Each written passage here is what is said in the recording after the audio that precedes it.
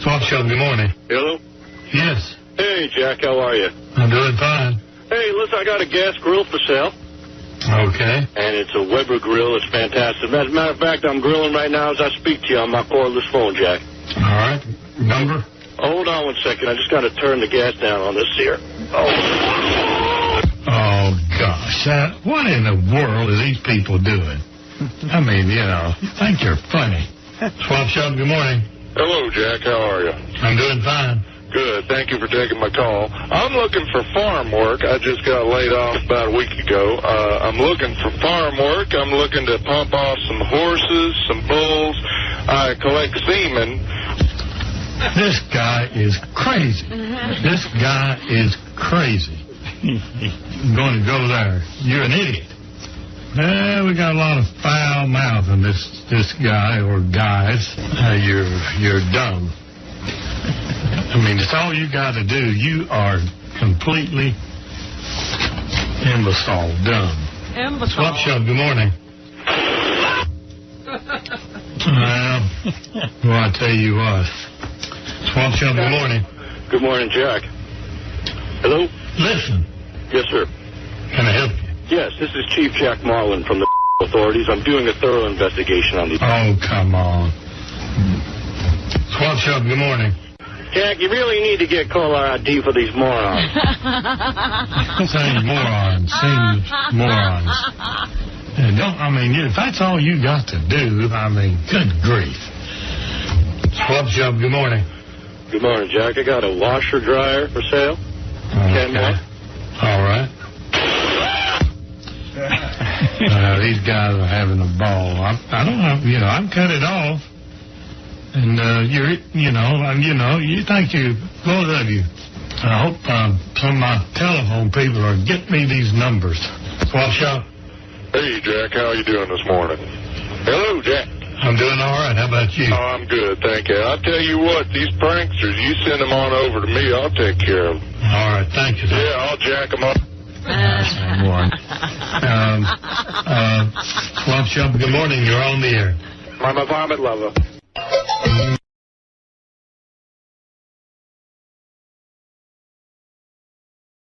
There's a lot of peer pressure during adolescence. I agree. I think in middle school and in high school, you want to be accepted by, you want to be... Hello? Excuse me. Hello? How are you tonight? Doesn't sound... I think we're okay. You have a question for the panelists? Yes, I do. I recently had some family problems. I had a very tight-knit family all my life. I'm 43 years old, and we never really had any problems until... Yeah, the topic is independence. Yeah, independence. Well, that has to do with my family because my daughter, me and my wife's daughter, it's her daughter from another marriage, is very independent. And our family has always been very functional and tight-knit, even with our relatives. But I had a cousin come down to visit about 2 weeks ago from Syracuse, and everything was fine for about 2 days, but my daughter's boyfriend, who's from Denver, flew in from Denver, and he stayed with us, and after about 2 days of him from Denver and my cousin from Syracuse staying under the same house, things started to get a little tense.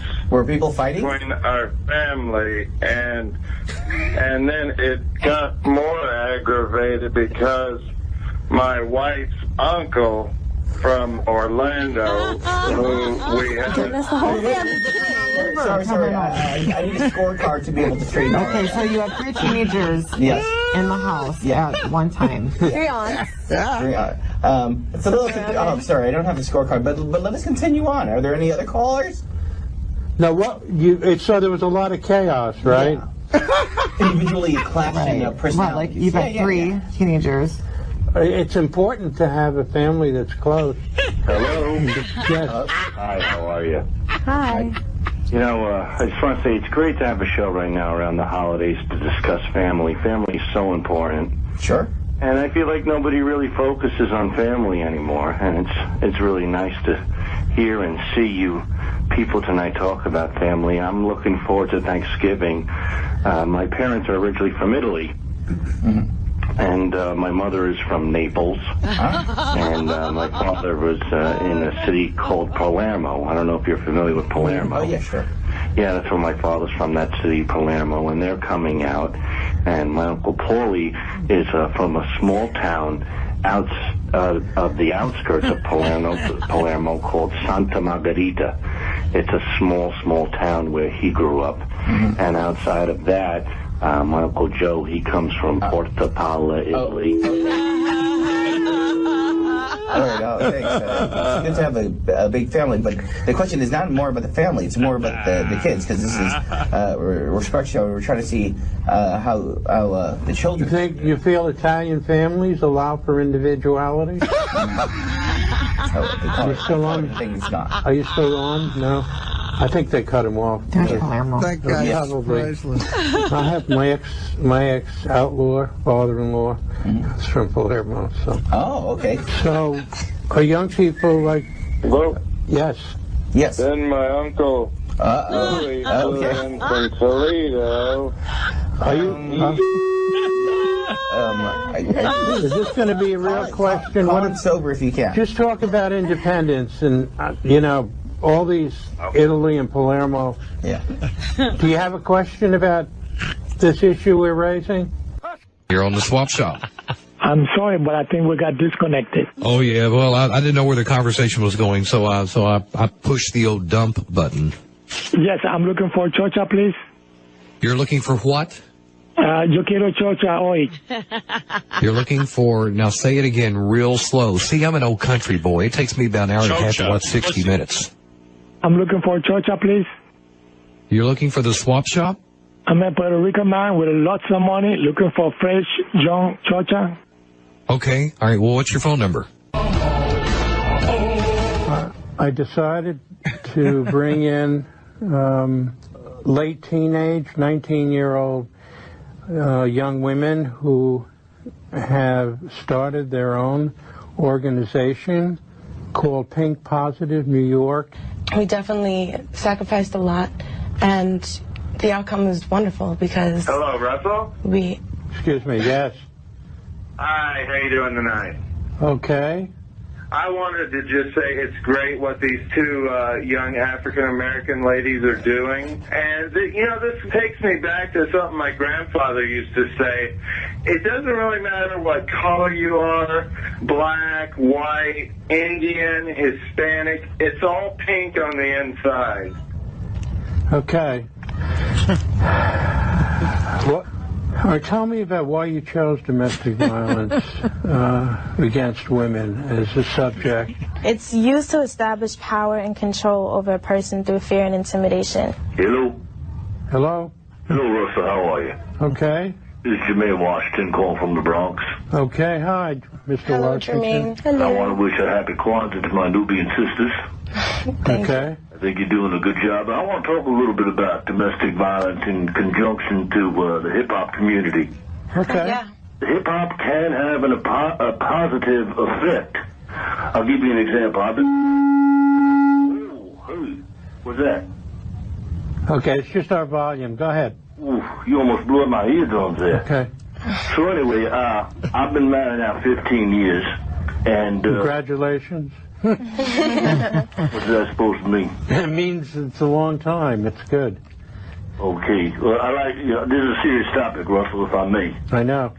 Okay, this is not a joking matter. So, just getting back to what I was talking about, how hip-hop can have a positive effect. I remember one day specifically, this is about 10 years ago, I was playing my Grandmaster Flash records, and my wife told me to turn it down, and I bashed that radio right over her fucking head.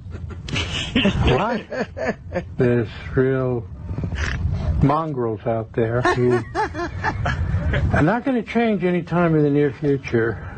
People don't change. Men don't change a lot. Hi. Hi. Hi, good evening. I think what these young girls are doing is great. It's great for the young people and the youth of today. And, you know, the youth in America today is very young, and young people's what's important to the youth of America. You know, being young, I was a young girl once, and my youth, and when I was young, I was in my youth.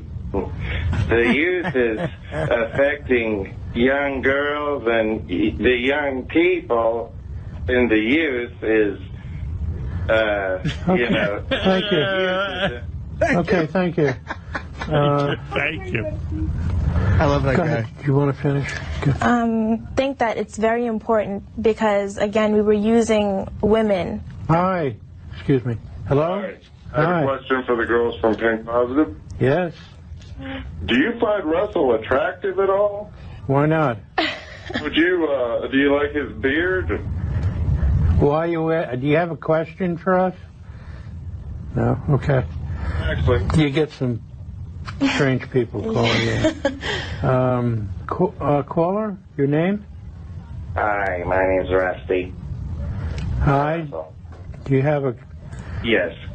Could you run your fingers through your beard? I have a race. Good night. Oh, boy. So we were talking about... Oh. Yeah. Hello? Hey, Russell, you been getting any pussy, you fucking Oh, pain? Jesus Christ. You know, I think we got to cut off the men's calls and just let the women call in because the men really are perverse. I have to say that, you know. So you guys got something really exciting for your next event? Yeah, we're really encouraging anyone that wants to be involved. We've gone to black phone call. Yes, caller? Russell, can you lick your lips? I got a boner. Oh, come on. Is somebody screening these calls? All right, the original Trading Post. Good morning to you. We're sure glad to have you around this morning. Glad to have you on the phone. Good morning to you. The original Trading Post, yeah. How are you, sir? Am I on the air?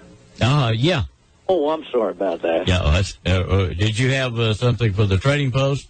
Unfortunately, I do. I'm on Medicaid and Social Security, and my wife Ethel just came down with a bout of colitis, and we're having some problems, and I'm going to have to depart with an antique Japanese vase I'd like to put up for sale. Okay. And it's a wonderful vase. It's called the Meiji vase. It's very decorative. It's roughly valued at roughly $1,400, and we do have an inscription on it that came from the artist. Oh, can you hold on a second? Can I grab this vase? Well, okay, go ahead. Yeah. Ethel, can you grab the Japanese vase off the mantel, please? Yeah, he's got an antique. All right, Fib, I got a little bit of preparation H on my fingers, though. Just wipe it on the cat and bring it over. Okay, we just got a few more seconds. There, sir? We got a few more seconds here, so. Okay, let me just, here's a bit. All right, here it is. Whoa! I don't know what that was about. Okay, I don't know what that was about. But anyway, I guess we had to take care of that right there. I'm sorry about that. But anyway, good morning to you, the original Trading Post. I apologize for the gentleman that was cursing a little bit. That was my husband, and he was upset that I dropped our vase. We've had it in our family since World War II. My grandfather brought it back from Japan, and I can't believe I dropped it like that. And I'm just hoping maybe somebody out there has some kind of vase glue or something, and I'm going to need some bandages because he beats me. You're damn right I'm going to beat you. Yeah. Well, there is something going on here. Anyway, I'm not sure exactly what is happening. Welcome to Ron's Swap Shop. Now, here's Mr. Swap Shop himself. All right, lines are open for the Swap Shops. Thank you for that very nice introduction. Let's go back to the phones. Good morning, on the Swap Shop. Good morning. How are you today? I'm well today. How are you? I'm good. Well, you know, it's deer season now, and I got some deer meat I want to sell. Okay. I use a whole deer. I got some of the more exotic type of meat. Like I got 15 pounds of grade A deer vagina lip steaks, and you can also make vagina lip chili. You know, this is the guy. All right, okay. Let's we'll track the phone numbers. We got to go through that again. Good morning. You're on the air. Hey, Ron, I also got 4 pounds of deer penis. You can make deer penis sandwiches. Jeez, what is going on with this guy? Grow up, will you, please? Well, you're a grown man, and you act like a child 8 years old. How do people get off on that, just acting so stupid? You know where that stupid caller is calling from? You know, you won't believe it. Huh? From Sirius Radio. What's that all about? Sirius Radio puts up their employees to call the Swap Shop shows and act like an idiot. Let's try the phone again. Good morning, on the Swap Shop. Good morning. Yes? How are you, Ron? I'm okay. Who's this? This is Fred Norris from Downingtown. Yeah, what is it, Fred from Downingtown? Yes, sir. And I have to agree with you, Ron. You run a great show, and I hope you follow through on those gosh darn idiots. Well, we will. You know, I'm surprised this came out of Sirius Radio. Don't those idiots have anything better to do? Guess not. All right. Talk to you. Hold on, Ron. I'm selling something. All right. What is that? Well, I'm selling hold on, Fluffy. I'm on the phone. Sorry about that. I'm selling a Westinghouse shotgun. Okay. It's a 12 gauge. All right. Fluffy, stop licking the gun. Oh, Fred, I just shot Fluffy's asshole off. No, this is really nuts. Yeah, it's gotta be. I know who's, this is really stupid. All right, we'll continue with the show on a more adult level. Good morning, on the Swap Shop. Cousin Jeff, get away from that shotgun! Okay, yeah, boy.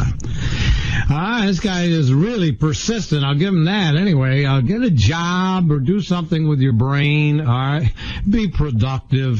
Okay. All right. What else do we have here? This person is really persistent, but I hate to tell you. Okay. I'm going to answer the call. Go ahead. You're on the Swap Shop. Got 7 pounds of deer rectum tacos.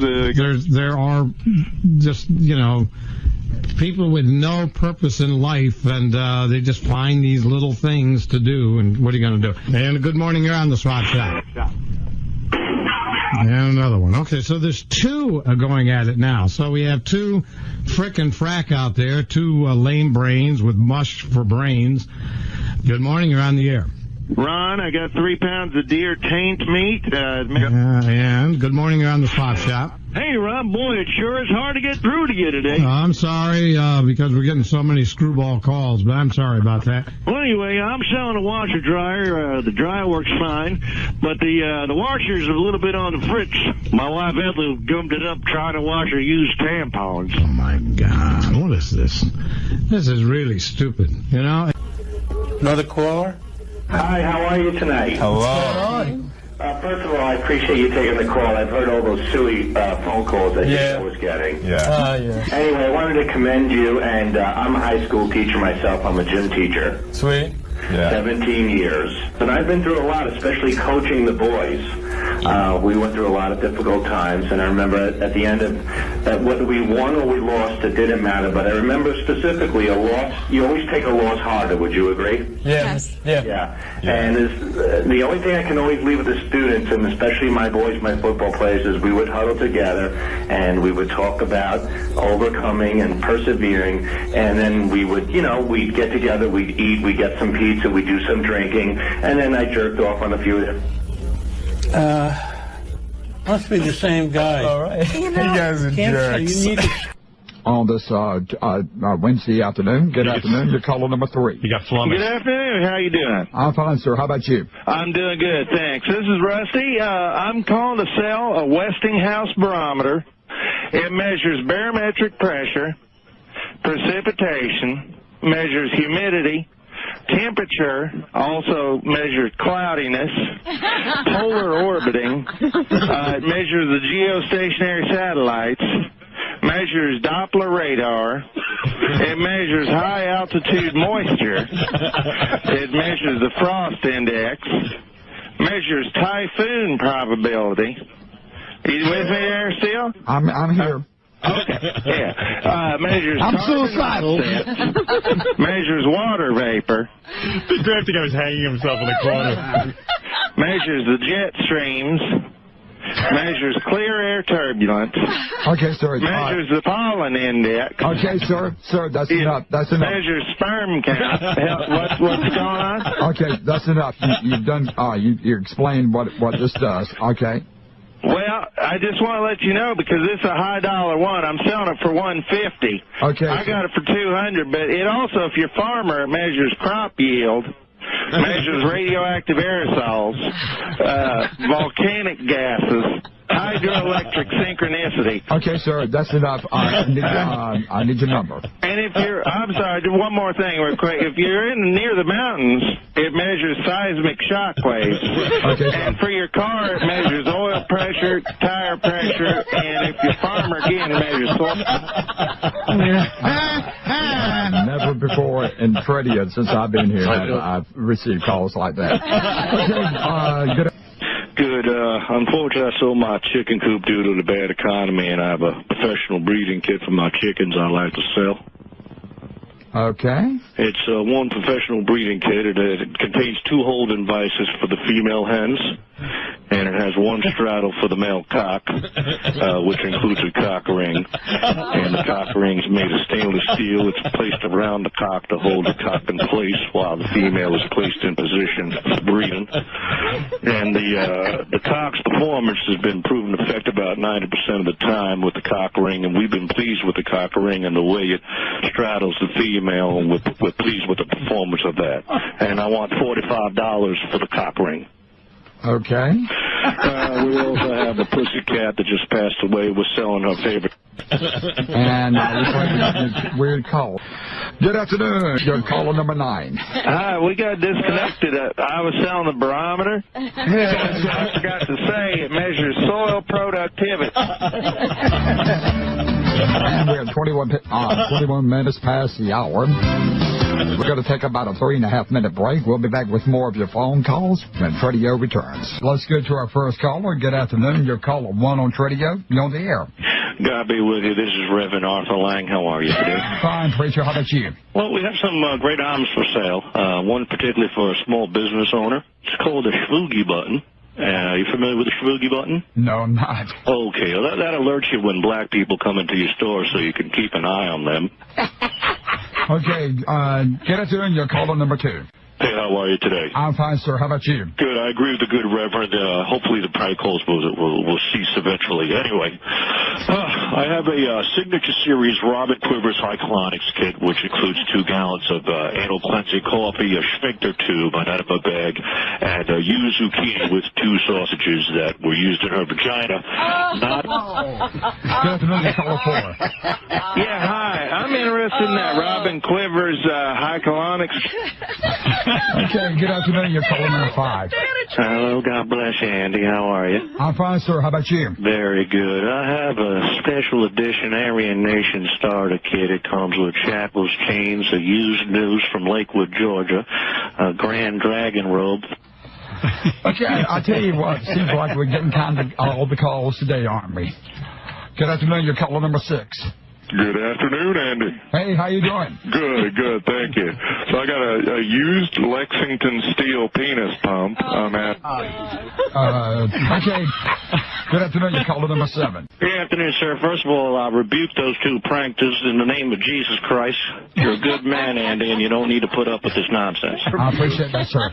All right, secondly, I do have a 12-gauge shotgun that I think I was going to put up for sale, but I might use it for those 2 fellas if they keep doing this to us. It's not fair. I'm tempted to say, let me rent it from you. Good Lord is looking out for them. Okay, now let's get down to business. How much did that fella before want for that penis pump? Yes, sir. Because my pecker is quite small. I can use a good stretching on. Okay. Sucked him right in. Okay, good afternoon. You caller number 9. Hi, Andy. It's Ethel. How you doing? I'm doing great. How about you? Good, good. I'm calling about that feller a while ago that said he went to Western high schools looking for the yearbooks. All right. Yeah, I recognize that feller's voice. That was Steve Brandano. I remember sucking his pecker at a sock hop in 1930. And good morning, everybody. Welcome to Tradio. So let's get down to the Tradio nitty-gritty. And good morning, you're on Tradio. Good morning, you're on Tradio. Well, hi, folks, and it's a very pleasant Wednesday. It is. Let's wheel and deal. I love the Tradio. All right, then. I'd like to put my first item up for sale, please. Let's do it. The first item I have for sale, please, is a very rare vinyl record from the rock band Psychedelic B from 1969. Okay. It contains all 4 original members: Howie Feltersnatch, singer Ivana Handjob, drummer Lou, that's Loose Cunt. Okay, that's enough. Let's keep it clean.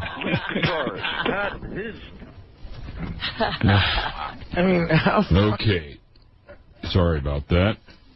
Have to get caller ID on this thing. Memo to the boss. Tradio is for private individuals who wish to buy, sell, or trade items. No dealers. Good morning. You're on Tradio. You're on Tradio. Go ahead. Hi, how you doing? Hi, what's going on? I got 2 items. That being?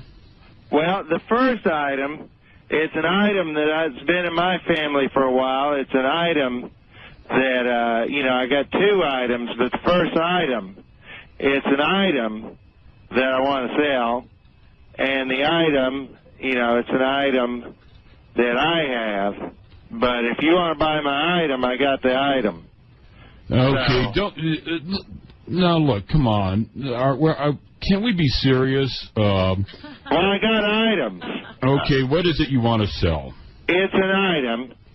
Either say it or we're going to end this conversation. What?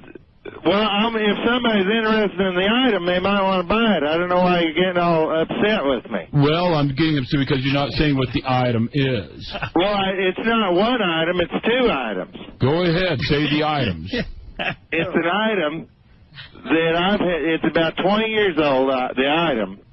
What is it? It's an item. An item? Yeah, if you're interested. ITEM?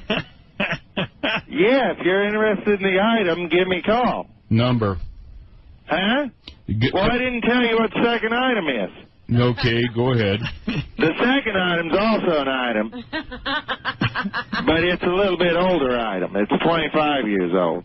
Okay. So, I mean, if you want it, do you want it yourself? You want the item? No, I want you to say what it is you're selling, or we're going to end this conversation. I told you that I got 2. We don't mind people being friendly, but we just do not entertain comedians. Okay, looks like we're going to have to not open the phone line because we've got some clowns out there. All right. Sorry about that. And St. Patrick's Day Parade, as Mitch said, tomorrow. The parade starts at 11:30. You're invited to watch or march in the parade tomorrow. It's going to be a good one. Hi. Hi, where's the parade tomorrow? 11:30. Good morning. Can I get the address for that parade, please? No, we're not giving that out on the phone. We're doing it on the air. Oh, We'll give it right on the air. There you go. You can write it down for you right now. Good morning. Morning, calling about the parade tomorrow. Okay, and we have 11:30. We also have now a haircut and a hot weather straight razor shave for $14, normally $20. Good morning. Good morning. Where's the parade? Good morning. I asked We'll be taking a break here in just a minute. Hello. Who's in the parade? All parade questions directed to the Kukakalpa. Who's in the parade? All parade questions directed to the Kukakalpa. Kukakalpa. Hi. Who's in the parade? Hello? Hi, Loretta? Do you ever have too much time on your hands like these guys? They might want to... Loretta sounds like a party. Yeah, Loretta sounds like she's got plenty of time. It's like, we run a serious Tradio. Consider getting something better to do. Hello? How long is the parade tomorrow? Hello? Who's playing in the parade? Okay, you know what? This is the Super Saver Hotline. We sell things here. If you have any other questions, we're not going to answer them for you right now. Good morning. What kind of parade is? If these lovely callers keep wanting to know about the parade, they can call the Kukakapa. We'll be happy to answer any questions regarding the parade. Just so you get going with the show, because I know you've got a lot to sell today. Thank you. There you go, boys. Hi. Good morning, Marianne. How you doing? Enough of this parade now. Hello. What's the parade theme tomorrow? Hello. The parade. Good morning. Good morning. Good morning. Good morning. Hi. We have a haircut. One per caller on this. It's a $25 haircut today for $17.50. And happy birthday, Loretta. Good morning. Thanks. Well, wizard. Okay. I think you're hanging up on people who aren't Richard and Sal. We're here. Let's enjoy the fellowship together. And let's go to our first caller. Good afternoon. You're caller number 1. You're on the air. How you doing today, Andy? Fine, sir. How about you? I'm doing good, buddy. My name's Ron Tonkema. Hey, Ron. All right, so I got some old items here from the pantry I'm looking to get rid of. Let's see here. I got 1 jar of Grandma Delabate's sweet bukkake jelly. And 2 cans of Mandingo's African jizz sauce. Also, I got a sack of Uncle Jack's salty tea bags. Well, we're having some prank calls again today. Hey, good afternoon. You're caller number 3. You're on the air. Hi. God bless. How are you? Fine, sir. How about you? I'm good. Thank you. I'm calling in. I got 3 items. This is Norma Stitt, by the way. I got 3 rolls of yarn. The number here is Thomas Gray. Hey, turn your radio down. I want $5 a piece for those. Okay, star 82. Can you hear me? Turn your radio down, please. Oh, I'm sorry. Rusty, turn down the radio. My grandson turned up the radio. I'm sorry, Pappy. That's all right. Okay, and I have a crochet kit. It's used, but I'm not willing to sell it real cheap. I'm selling it for $2. In one way or the other. Yes, sir. You sure will. Okay, I told him to turn on the radio one time before. I will not say that again. Please have your radios turned down, okay? Good afternoon. You're caller number 4. I have 3 exotic pets that are stuffed straight from the Daniel Carver taxidermy downtown. It consists of a moon cricket, a porch monkey, and we have a jungle bunny. Okay. Good afternoon. You're caller number 5. Hi, Andy. How are you? I'm fine. How about you? I'm great. Thank you very much. So I got a set of bingo cards. I got 20 bingo cards. I got the chips and the bingo balls that come with it. It's all set. And I'm asking $15 for it. And we just moved. Let me get my number from my husband. Hold on. What's our number here, Ray? 742. 749. No, 742. What? 742. 742. 3876. 3475. No. 3. Okay. Good afternoon. You're caller number 6. Good afternoon. How are you? I'm fine, sir. How about you? Excuse me. Just a gentleman called before. How much, I didn't get the phone number for the bingo cards and the bingo balls. I'm sorry. We got cut off. Thank you for calling. God damn it. Okay, you're on the Danny wagon. Hello? Hi, I have a celebrity adult video from John Hine getting oral sex in college. Wait a minute. What are you trying to do here? John Hine, he's the blowjob king of Michigan State. He's the nerd on Jump the Shark. You know... Oh, boy. Is there a full moon or what? No. Yeah. Ring up that police department for me, will you? Good morning. Good morning. Hi. Hey, this you got to call on in 5 o'clock if you want to sell something, okay? I know. Okay. I wanted to bid on an item. Which item? The butt plug. Okay, goodbye. Hello? How you doing? It's Harry Big Cock. Wrong number.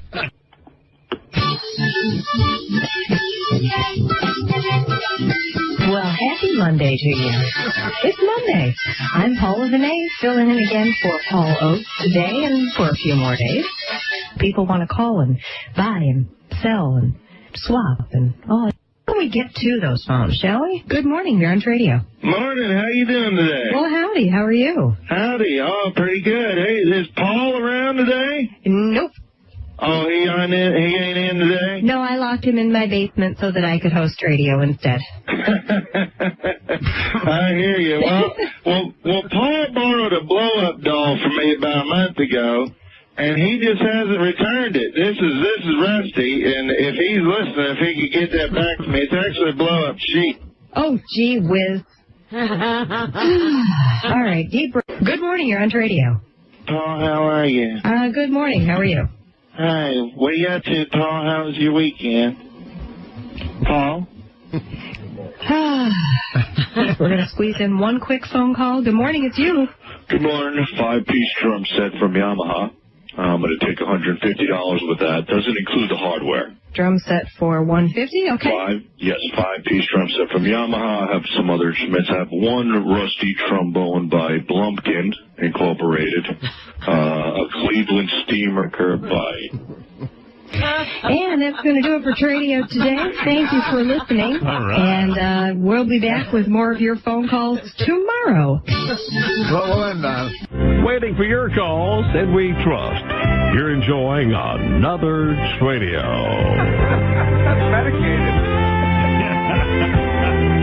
And let's go to our first caller. Good afternoon. You're caller number 1. You're on the air. Hey, how you doing? Fine, sir. How about you? I'm doing okay, I guess. How about you? Pardon me? Turn your radio down, please. I need your radio turned down, sir. Please have your radio turned down, okay? Pardon me? Good afternoon. You're on Tradio. Good afternoon. Hello?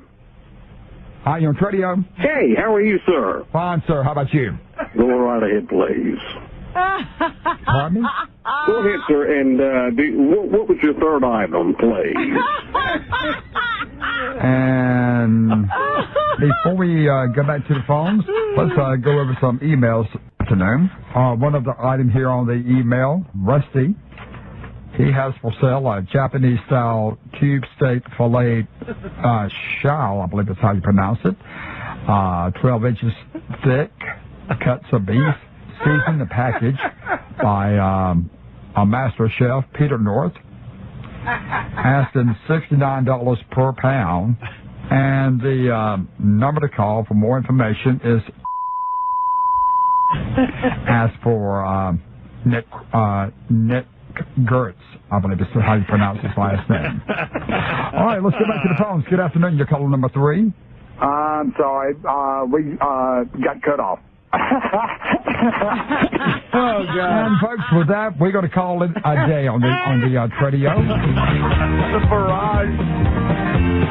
Welcome back to Bazaar and Flea Market. If you have anything to buy, sell, or trade, and you're on.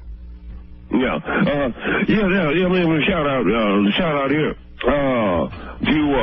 Andre, Vivian, his lovely mom Vivian, Lakeisha Barnes down in Tarboro, North Carolina, the great Ken Hotia, and Elena Grace Francia in Reno, Nevada, Tom Hoffman, and his little dog Ember in Chantilly, Virginia, Jeff and Patty Connection out in Reno, Nevada, and his lovely mom Grace down in Virginia, I don't know what this in Qualicum Beach, Canada, Dave Wolf and Nick Good, who wrote a book called Amazing Grace. In which I mentioned prominently. Go to Success. It's a marvelous book. All righty. Biz Baz, good morning. 10 minutes times 10 cigarettes? How long is it? 10 minutes times 10 cigarettes is an hour. Every time you have a cigarette, it's 10 minutes. Oh, then it's it's an hour and 20 minutes. What is going on today? Is there I have no idea. I have no idea. Or something? What is something in the water? Biz-Baz. Good morning. How you doing? Fine. 5-piece Yamaha drum kit.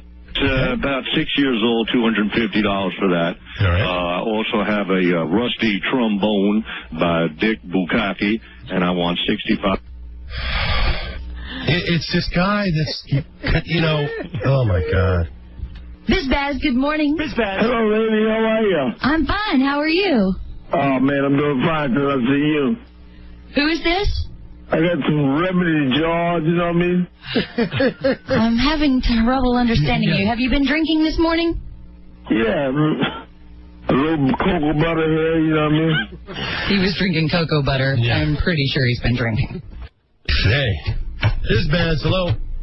How you doing, guys? Good. Hey, I got a 14-year-old young Korean boy. What the hell is wrong with him? Stop being an idiot, all right? Find somebody else to bother. Biz-Baz, hello. Are you kidding me? Let's stick to biz-bazness, shall we? But we got one clown out there who's torturing us this morning. Biz-Baz. Robin, remember the first one yet? Biz-Baz, hello. With that guy. Who cares? Biz-Baz, hello. Ain't no sense in you.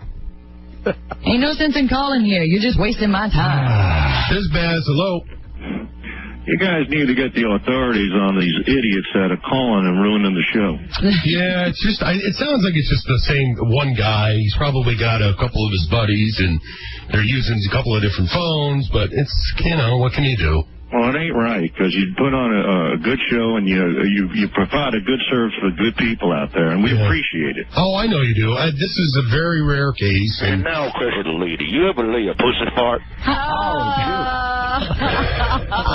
So, pussy fart. Biz-Baz, good morning. Good morning. How you folks doing this morning? Good, how are you? Fine. What can we do for you? I'm doing good, thanks. I'm looking for some furniture. Okay.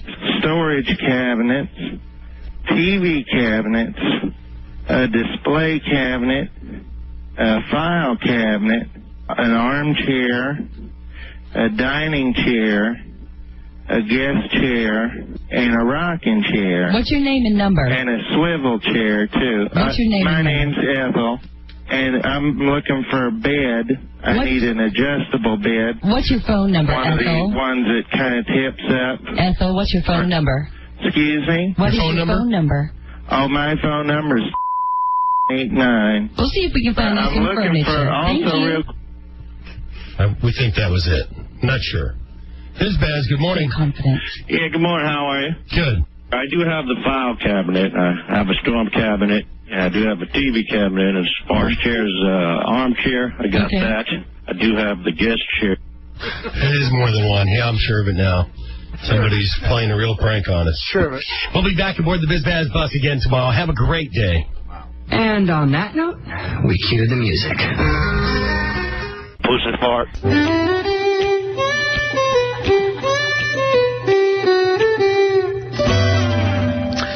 And a good Friday afternoon to you. Yes, wet Friday. Yeah, it's wet, and I don't know if we really expected this much rain, but a lot of birthdays on the birthday list today. Our hats off to Curly Pubes from his brother Jeff is turning 50 today.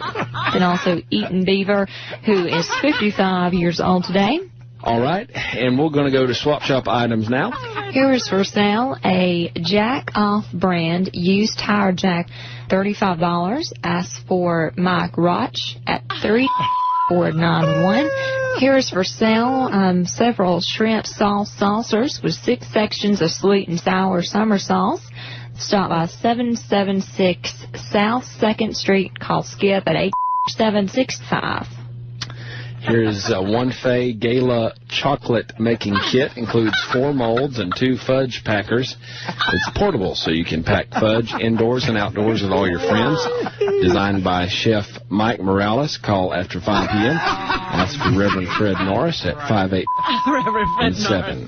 And that concludes Swap Shop items. Got a lot of I like that.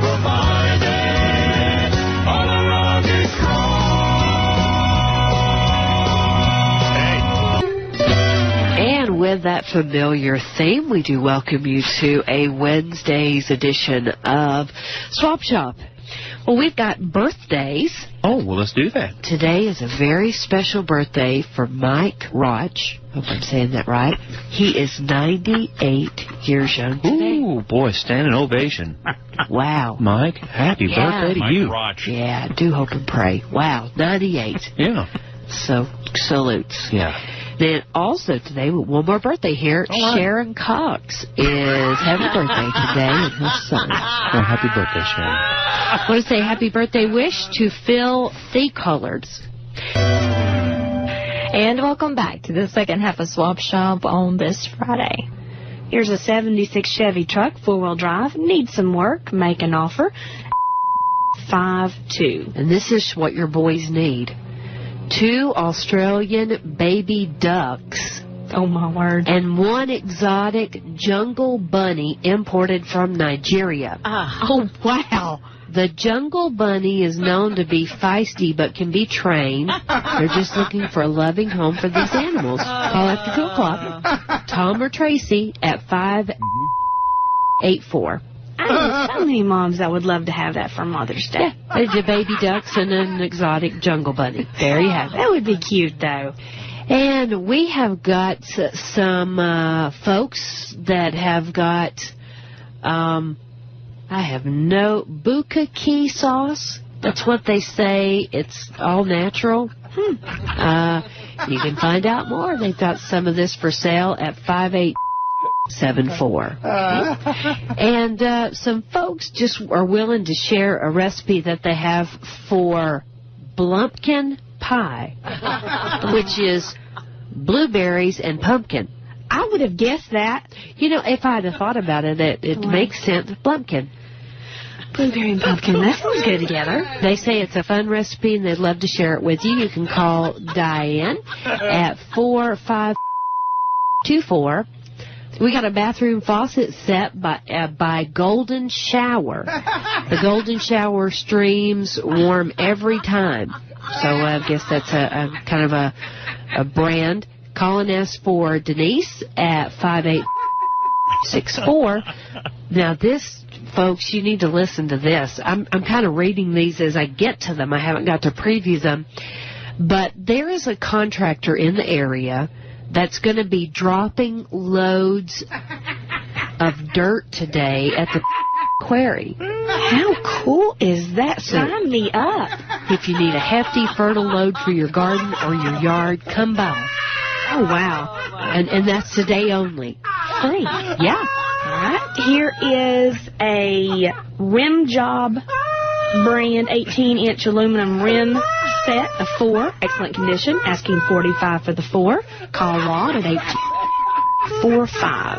I think we're good to go. All right. Well, that'll wrap up Swap Shop. It's okay. We'll see you tomorrow, folks. Well, we're reaching out and touching you right here on the Swap Shop. And so if you haven't called us and you got something you want to buy, sell, or trade, well, we'd like to hear from you. Swap Shop, good morning. Hi, Jack. How are you? I'm doing fine. Yeah, I got a couple things for sale. I got a dip net that I want to sell. And are you still there? Yeah, go ahead. Can you turn your radio down, please? Are you on the computer? Is that your radio, Jack? Yeah. Hi, Jack. How are you? I think you're... Well, there's something going on there. I can't hardly. That's on the computer. So you have to turn it off before you call. We get a feedback. Swap Shop, good morning. Good morning, Jack. How are you? I'm doing fine. What in tarnation's going on with the radio today? Keeps feeding back left and right. No, sir, it's not us. It's not us. Oof, my eardrums are ready to pop. Well, and nobody's having the problem except you. Let's get down to business. I want to sell a few things. Well, go ahead. We have Robert Quiver's Red Snapper. It's a delicious meal. It comes in a black box, and Robin's Red Snapper is very tasty. It goes great with the enema coffees. Okay. Need your phone number. 75. Thank you, sir. Have a great day. God bless you, Jack. Yes, sir. And fix up those radio problems, will you, please? All right. Swap Shop, good morning. Jack, how are you? I'm doing fine, sir. I called a while ago. I think something was wrong with your computer there. Gotten some feedback or something. Sorry about that. That's all right.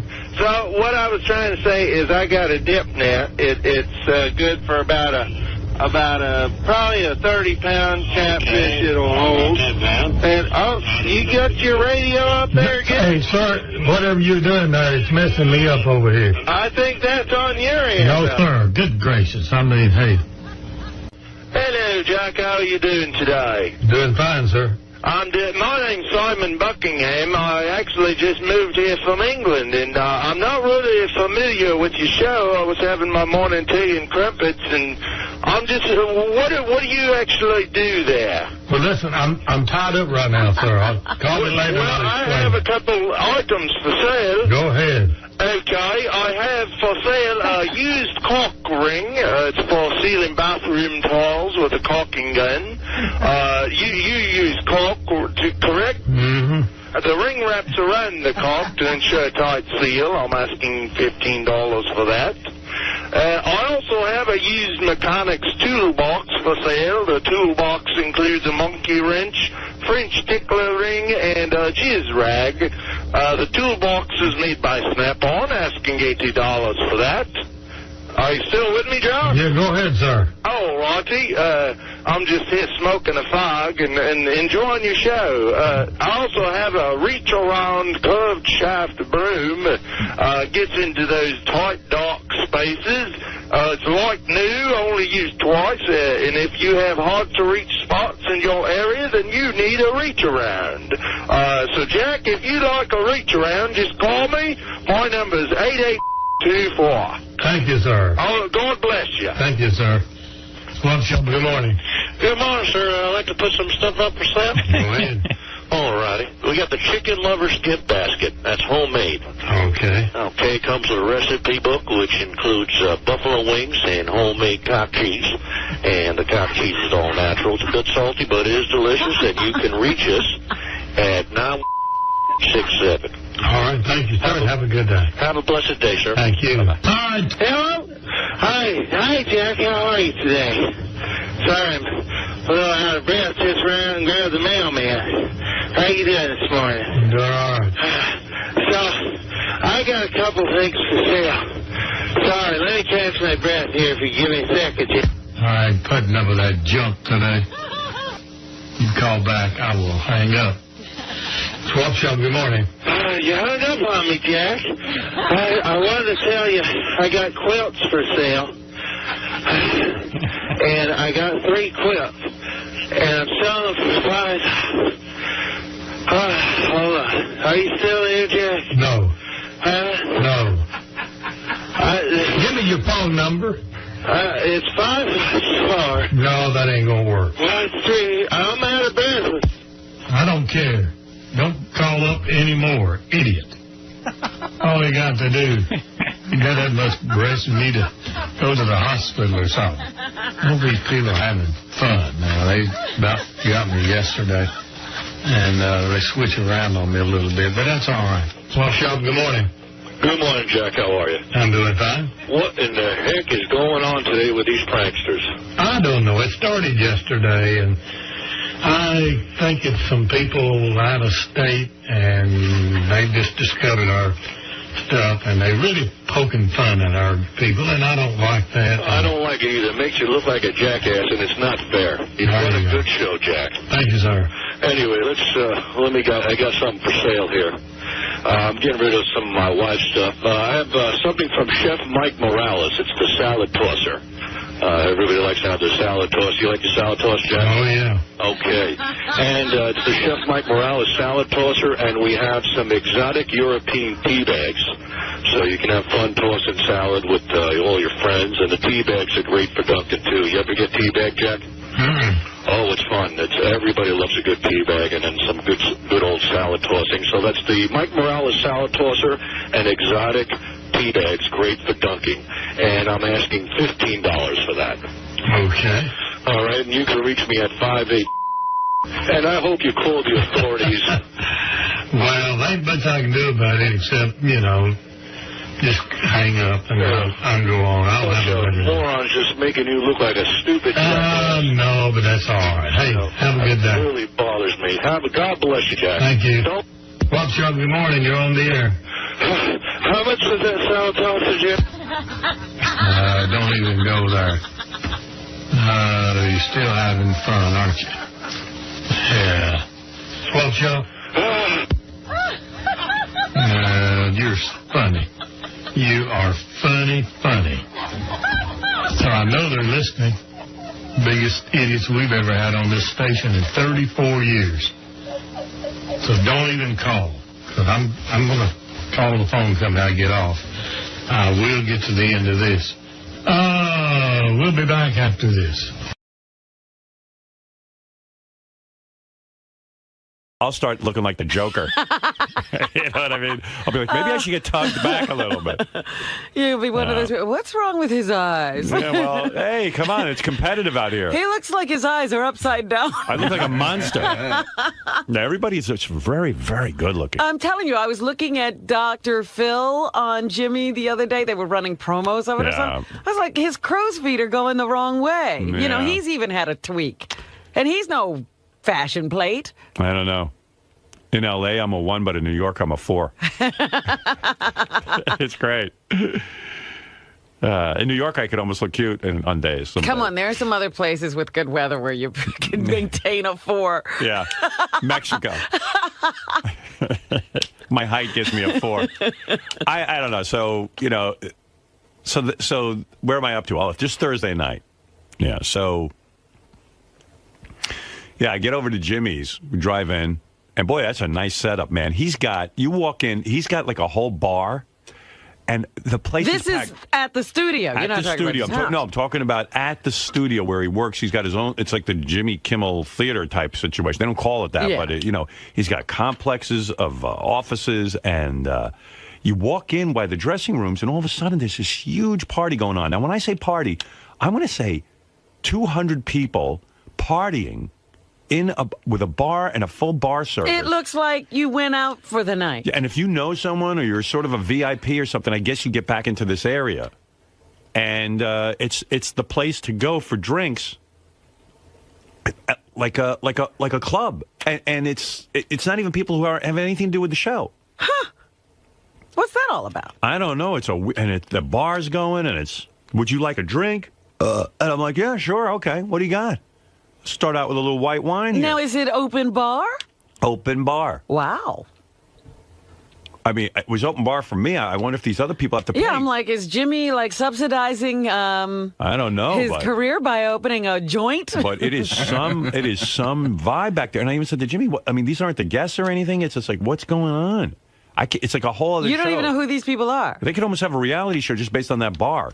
No, you don't know who they are, but they're all sort of somebody, but you don't know who. Right, but I'm just saying they're not with the people on the show. They're not. I didn't even hang out over there because it was too crazy. Because every time I walked by, people started cheering and screaming and going, I wasn't going to go sit there and have a drink. It wouldn't have been relaxing. Right. You know, I would have been the entertainment. So I was just sitting in the dressing room. Beth was in there, and you know, all the producers and getting her ready and everything, and a lot of the guys who work on that show are big fans of mine, and then so Beth went out and taped. Did the show, and it was really good. Like I thought she should have had more time. They had really good repartee. Beth and Jimmy. I don't know if you want to hear any of it. I do want to hear. Let's see. You want the full interview is 9 minutes. I don't know how much. But wait a minute. How's your psychiatrist going to feel about the fact that you then got up and went over? No, there? I was there at the appropriate time, like when I was called for. But they were running late on their taping, so I ended up being there to see the taping. I wasn't even supposed to be there for that. So it wasn't my fault. All right. You know. Ryan Phillippe was the first guest, and he was saying some really nice things about me. He was really being very sweet and talking about how his mom used to drive him around and he'd listen to the show, and it was like his big influence. So it was not. I was really starting to feel very full of myself being out there because the people were carrying on about me and telling me I was a genius. Like Amy Poehler from Saturday Night Live was I'll tell you who was at the party. But she was there, and her husband, and And they were telling me I'm their hero and comedy hero, and I was just like, How come they're all doing very well and are respected? Yeah, I yet know. we're still over here. I know. I'm everyone's comedy hero, and they've all done very well in a respectable way. And I'm still this fucking pariah. This freak show. I don't know. This social pariah. Like Jimmy's got a show on ABC. Amy Poehler's on Saturday Night Live and has a TV show on NBC. And, and I'm still some weird dreg or something. And so then Beth came back, and I told her how funny it was, and, everyone was really pleased. And then, then we went up to Jimmy's offices to get him because we were all going to go to dinner. But did they not come in the same car as you? How come they weren't with you when you went to the Soho Because they house? had a different car because afterwards they're going home, and, we were going back to the hotel. So, yeah, they had a different car. Oh, okay. Yeah. And that's when that whole Soho This is house. why, like all those Hollywood people talk about conservation and saving the environment. Look at how many cars. I know. But you know what? It was really kind of exciting because, I was excited for Beth and I felt good. And she was nervous that, she wanted it to go well because she knows Jimmy so well. Oh, yeah. But, and plus you drink before you go on. I slowed Beth down. She was drinking? Well, yeah, I told you there was a whole bar with cocktail area. And Doesn't mean you have to have a cocktail. A glass of wine or something. But she said that's the key to getting relaxed. I mean, it's really kind of smart to get people alcohol before they have to go out. Oh, my goodness. Yeah, so anyway, so then the whole dinner thing happened Thursday night, and, and that whole story. Uh-huh. I'm telling you, this big Hollywood party that Jimmy threw was really quite something. I'll tell you the guest list. So this was Saturday night.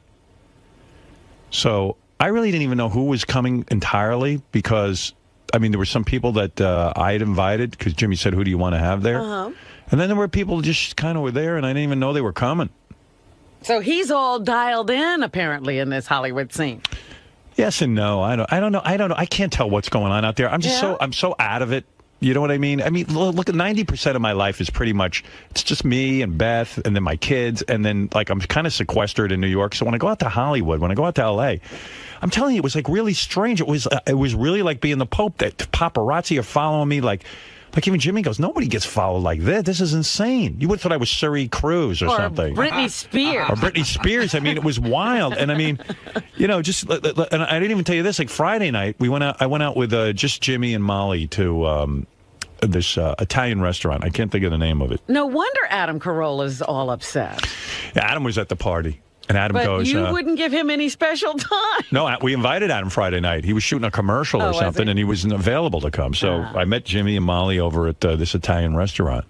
Because Friday, I just did the same routine again. I hung out by the pool. Now, was Beth busy all day on Friday? All day pretty much. Wow. She stopped by for an hour. We went shopping for 2 hours on Rodeo Drive, which I don't recommend if you have any degree of fame. Because... you can't move? Yeah, it was kind of crazy. I didn't know what it was. I saw it in the movie Pretty Woman, Rodeo Drive, and Beth said, oh, let's go shopping on Rodeo Drive. I said, yeah, why don't you get dressed up like Julia Roberts, and we'll go, and I'll look like me. You're going to dress up as what? There's no point in me dressing up. And I said, yeah, let's go shopping. So we hit, the first store you hit, then everyone's like, it's really kind of a tourist trap, actually. It is. Well, of course. What do you mean, of course? How do I know that? Pretty Woman, it didn't look like that. Rodeo Drive. Oh, well, I walk out there, and there's a... I guess they have a lot of tour buses that come by. They're open-air tour buses, and it Those says... big double-decker buses. It has Star written on it, and people are there to look at celebrities. They drive by the celebrities' homes. So I walk out, and they go, hey... The guy on the... Did he have a bullhorn? He had a bullhorn. Yeah, he goes... And right over there is Howard Stern, the radio announcer. That's funny. He can't miss me, you know what I mean? That's a movie scene. And I go, uh-oh. Beth goes, all right, get back in the car. This is going to be a disaster. We don't need to go shopping. I said, listen, honey... They're announcing you from the bus top. My new thing is proving to Beth that, nothing bothers me. I go, honey, we came here to shop. Big deal. So people see. So they're on a tour bus. That's not a big deal. So they're announcing me. Yeah, so they're announcing me. We're trying to cross the street, and now we're jaywalking because we're so desperate to get across the street and hide. We're going to be hit by traffic, but and it's Beth's okay. And I go, Beth, let's go into that store. She goes, no, I really don't want to go to that store. I want to go to the one all the way down there. I go, we're going to walk all the way down there. No problem. No problem. The guy's going, Howard Stern is over there now crossing the street. He is crossing the street. So we went in some stores, and Beth said to me, "Oh, I had enough shopping. Let's just go." You know, like we went to two This was stores. a bust. It kind of was. Yeah. It was a shame. But she was real tired from doing all this promotion, and I couldn't wait to get back to the fucking room. And What'd you wear? What'd you throw on? I For just the had shopping spree. same thing I'm wearing now. Yeah. I don't get dressed up. I don't know what to wear. But Beth looked all hot. She had on the big fucking heels and the mini dress. So she was really doing the pretty woman thing. I said, "Go ahead, come on, we're a pretty woman." And so I didn't realize it was a whole tourist thing. Oh, well, yeah. I thought it was very exclusive. No, inside is very exclusive. No. Outside is nothing You know, but in Pretty tourists. Woman, they almost throw the people out who are like scumbags. Yeah. Apparently, they don't. Everyone was allowed in because every store I went in, everybody was there. Yeah, but they can't really buy anything. No, I don't know. I don't know what was going on, but then we had to get right. We wanted to take a nap before the party because, as you know, the party started at 6, but that's really 9 o'clock in New York, which is the time I'm on. So you took a nap? Yeah, we took a nap. Even though you'd been lying by the pool all day? Well, I was turned on because Beth was wearing a short skirt, and we were on Rodeo Drive. I said, "When we get back, I want to keep so that." you didn't nap. I said, "Keep that skirt on." Well, no, if I blow a load, I'll go right to sleep. So I know that. I'll tell him like I better have sex because then I'll fall asleep and take a nap. So I told her to take her dress. She should wear her dress, and we should have sex back in the room, right? Because it'd be like Pretty Woman, like we walk in the room and then I take her. But then she had to take a bath or a shower or whatever she was taking. She showed up in the room in her just a regular, sleeping outfit. I got upset because I didn't have my Pretty Woman fantasy. I wasn't Richard Gere. Oh, some other time when she's not working. I want to take you in that dress. You gotta find a time for that when she's not working, Howard. Yeah, right. She's all work. Workaholic. She did a lot of publicity. Yeah. Yeah, I mean, all over the place. And then we had to get ready for Jimmy's party. We showed up, and Jimmy's got this nice house. I don't know. It seems to have... Sounds like a compound with It extra is. houses for band setups. He has like one little room. He has a house with a room that... In other words, I guess what you would call it is a guest house. You know what I mean? And like it's not attached to the regular house. Right. But he went all out for this party to welcome us because he had a bunch of people serving. He had guys cooking in his kitchen. He has a very contemporary home. And the whole kitchen was filled with people cooking. And he's got a pizza oven, and they were making pizzas. And then he wasn't making the pizzas? I thought he was gonna do some he gave cooking. up. There were too many people there for him to cook. He evidently entertains a lot. Like, he'll just have a lot of people over. Well, we've heard about those football parties he Every throws Sunday. every Sunday. So then he's got the... so the first room he takes me to is this music room where there's like carpet on the walls. Yeah, so he's soundproofed the thing? He's got a keyboard, drum kit, and a bunch of guitars, a trombone, and a trumpet, and like a ukulele. He's got a whole bunch of stuff. Who plays in there? He says no one. He's never had anyone in there. I said, tonight we're playing. We're jamming tonight. I was the one who got that going. Does he play anything? No, he plays a harmonica. I think he plays the clarinet, believe it or No, not. he plays harmonica. Oh, that- If he's not competent at the clarinet. So he's not going to break out the clarinet in Yeah. front of guests. So, That's funny. He built this room. He doesn't even well, play anything. But it was this big party in my honor, and it was really nice of Jimmy to throw that because I felt very Hollywood and I felt very accepted and very, very much like a genius. Like I was being very appreciated for my talent. Like everyone was coming in and saying I was their hero and I'm very, very funny and they listen every day. So, like I felt really good. And I'm trying to think who was there. I'm sure I'll miss people, but... You didn't take notes? No. You should have gone home afterwards and just, while it was fresh in your memory. Let me see. Here, I'll write some people down and I'll see if I can do this. Ben Stiller and his wife. I'm writing Ben Stiller and wife. And it was good seeing him. You know, we always enjoy having him on the show. It was fun. He's a great guest. Great guest. Then Rick Rubin was there. He came with also with a date, and Rick lost 100. Rick Rubin's the guy who produces. What does he produce? He produced the Rolling Stones album. He, was instrumental in starting the whole rap thing with Russell Simmons. Yeah, Rick produced my Private Parts album and all that. So he was there. He lost 150 pounds. He got that big? Yeah, he looks amazing. I don't recall him being that huge. Yeah, he was really fat. Really? And he's a vegan. He was Well, he was always vegan. He was the world's fattest vegan. How'd he get that fat? I don't know. Like, he must have been eating like a cow. He must have been eating. He can't eat a cow. I go, Rick, you're the world's fattest vegan. What the heck are you eating? I know what it was, because he once came over to my house and we were eating Chinese food. Like, he'll order Chinese food with all the sauce on it, but it's all vegetables. But meanwhile, it's all that fattening sauce. And Yeah, but he'd have to eat a ton of it, Howard. yeah, he was. He was. But now he's a born-again guy. He's super thin. He's ripped. He works out every day.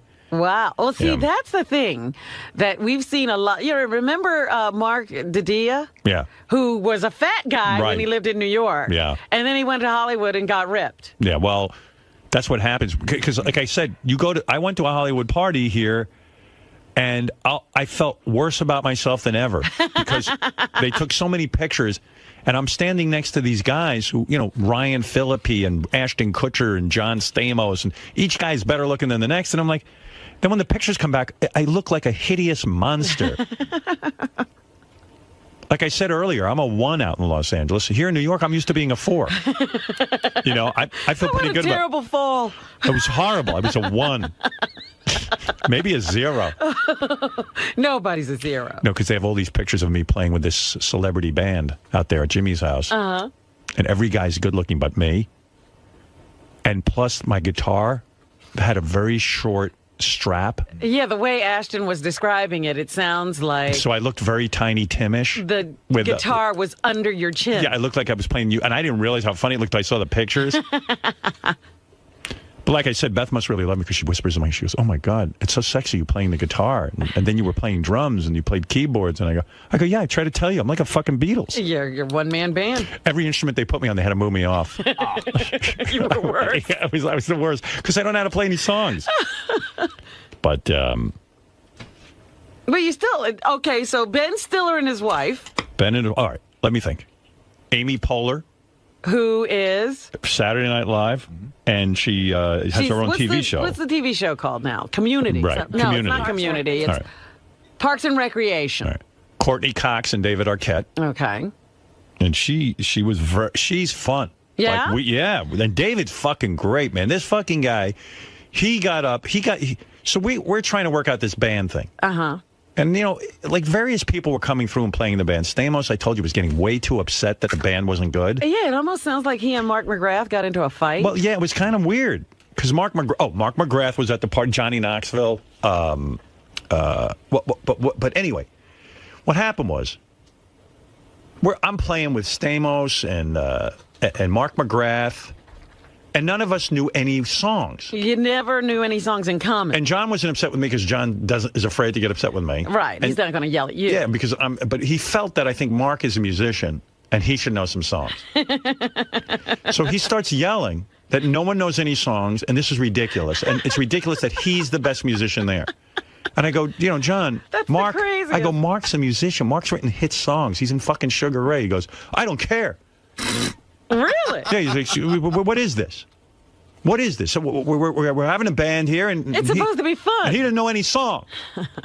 I go, calm the fuck down. Does John have a problem? John's crazy. Does he need a talking to? And John's dating this actress, Nikki. Yeah. Who's so hot. And I said, man, what? This is the girl. Every girl he dates is hot. I know, but I go, what's wrong with this one? He'll find something. Oh yeah, he'll find something wrong with her. I'm like, boy, what is it like to be looking for flaws on that girl? Yeah, I mean, there's no flaw. If you saw this girl, any guy in my audience would marry this girl without talking to her. Because you'd say, I'll put up with whatever the fuck she's got to say. And he's saying, best sex I ever had. He's announcing that? Yeah, and not a secret to her, too. And she likes it because she's of like, course. John Stamos has fucked everyone. He fucked half the girls at that party at one point in his life or another. Yeah, so so we're in this room trying to there was a lot of good-looking girls there, the actresses and stuff, and they're all waiting for us to play. And I think John was getting upset because we couldn't play anything. But people didn't care. They were drinking Johnny Knoxville's moonshine. And he's only got it in what kind of It comes in a jelly jar. It's moonshine. It's illegal, I think. I don't even know. But I mean, how big a jar is it that he's got enough for everybody? Like this big? Like a big peanut butter jar. Like a peanut Like butter a jug. gallon jug? No. A jug. He's like a hillbilly. He is a hillbilly. He's bringing the hillbilly to Hollywood. But boy, it made a big hit. He was like the toast. Did you ever taste it? What is moonshine? I did. I tasted it. It's horrible. It tastes like something like a chemical. Like, so if you could get good booze, right? Why would you drink moonshine? Jimmy had had beautiful Kettle One there. I go, I want to drink Kettle One. I know where that was bottled. Yeah, not this rot guy. This was made in some dirty hillbilly's fucking basement with his feet. I'm not drinking this. Don't even know how it's made. What he made it from? But everyone was drinking it. What do you make moonshine from? And then Corn? Courtney Cox and Demi Moore. I mean, two beautiful women are saying to me, "Come on, pussy, drink it." They're slugging it down. And I'm like, well, what are they drinking right out of the jug, or is he pouring? No, everyone's right out of the jug. Where are we? First of all, I wouldn't share a glass of water with Johnny, let alone his fucking and moonshine. They're drinking his moonshine. Yeah, I don't know, man. I'm just not into it. And what, does he have to drive it back to Hollywood, or is he getting it shipped? I don't know. I don't know how it all works. Moonshine. It was good seeing him, though. Moonshine. He was there. He just Did he look crippled? I mean, Ashton paints a pretty sad picture. No, Johnny is killing himself with these jackass movies, and he's drinking moonshine. For the pain to Yeah, I dull mean, the pain. he looks older than me at this point. Oh, my God. And that's pretty old. You don't want to look that like that. You know, he's such a handsome guy. What's he doing to himself? Yeah, he's ruining himself. Right. He's shoving things in his penis twice a day. He says it's getting so commonplace to shove things up his penis because he damaged his penis that he doesn't even think about it sometimes he jams it in too hard and it bleeds because he's not even thinking. Can he pee? I guess he can. I believe he can pee. That's the follow-up to so take your wings and fly. I believe I'm gonna pee. Yeah. So finally, I guess Mark McGrath started to sing "I'm Just Gonna Fly," which is easy to play for me. It's D and A. Those are the two chords. It's just "I'm just gonna fly." Take your wings and fly. I did backup vocals. Now Mark swears I did a good job on backup vocals, but I don't think we don't have any record of this. I'm like, take your wings and fly. Take your wings and fly. You're doing that part. And I'm like, like Richie Sambora and Bon Jovi. I was like. It was a lot of fun, and then David Arquette got up and played, and then was Ashton John Kutcher. happy when John Stamos when? No, he was not happy with anybody's playing, and he thought everybody sucked, and he was annoyed, and we should have brought professional musicians to the party, so he could play. I'm telling you, he's a prima donna. Yeah, he only wants to play with I Top thought he Flight. was a fun guy. He's a prima donna. So why can't we agree on a song? I said because no one knows how to play a song. We don't know any songs. He goes, come on. Then he's yelling out all the Beach Boys songs. Says and then John knows all those, so John went on the keyboard and started. I didn't know he was so talented. He's playing keyboard. Can play keyboards? Yeah. Oh, he really must have been annoyed. So then I got on drums, and that was even more annoying. And Johnny Knoxville's so high on moonshine, he comes to me afterwards. He goes, I got to tell you, I didn't realize what a musician you are. I go, what? He goes, you were on drums. You were fantastic. I go, Johnny, you got to stop drinking moonshine. Right, his brain is going as well. He wasn't kidding. Oh, dear. I go, Johnny, I'm horrible. That's the first time I played drums. He goes, I wish I could do that. Oh, my God. You can. Yeah, I said anyone can. Anyway, so that was the party. And that's my Hollywood story. And then we came home. Now I'm here. Now I'll go back to staring at the wall. And, I'm here again for, to fuck around. Hey, Jimmy, got some stories from this weekend, maybe? Yeah, we had a good time this weekend. It was a lot of fun. I think Howard covered most of it yesterday, but I have some insight that perhaps he missed. Looking forward to it. Thank you. Lisa G is here. She's from the Howard 100 Newsroom. Glassberg takes shits at work. Well, you started to talk about it early this morning. Ronnie Mund has confirmed it, telling Howard 100 News that Benji Bronk is up to his old tricks again, running into the studio just moments before the Stern Show starts. Didn't I say I was going to fire you if you did that, Benj? I mean, why are you pushing me? I like you. Why can't you just do this one thing and be here on time? Hello? Hey. Talk to me. I'm serious. Why can't you just fucking walk in on time? I'm asking you. It's a distraction every time you walk in late. I mean, come on. You're making me look like a shit because I said I'd fire you. Now, if I don't fire you, everyone's going to lose respect for me around here. Hello? Talk to me. Why can't you get in on time? I'm being serious. I think I usually am 98%. Yeah, I need you 100% of the time. You're right. I'm here on time. You need to be here on time. That's right. I mean, you're right. What can I say if I do something wrong? And like I said, I'd make you right in the back room, and you won't be in the studio anymore. I don't want to do all that. Just fucking stop pushing me, man. You're making me look bad in front of the staff. Do you get it now? Yes, I do. So now everyone's going to say whatever Howard says he doesn't make good on. You're making me look shitty. You're making me look like an asshole. I said, Benji, I'm going to fire you if you can't get in the door on time. And now I got to fire you, fucking ass, because I don't even want to fire you. I like you. I enjoy seeing you. Can you just do me this goddamn favor and show up for your job on time? Yes. Okay. Because you told me that before. Just do it. I don't give a fuck. Set 50 alarm clock. Robin's here on time every goddamn night.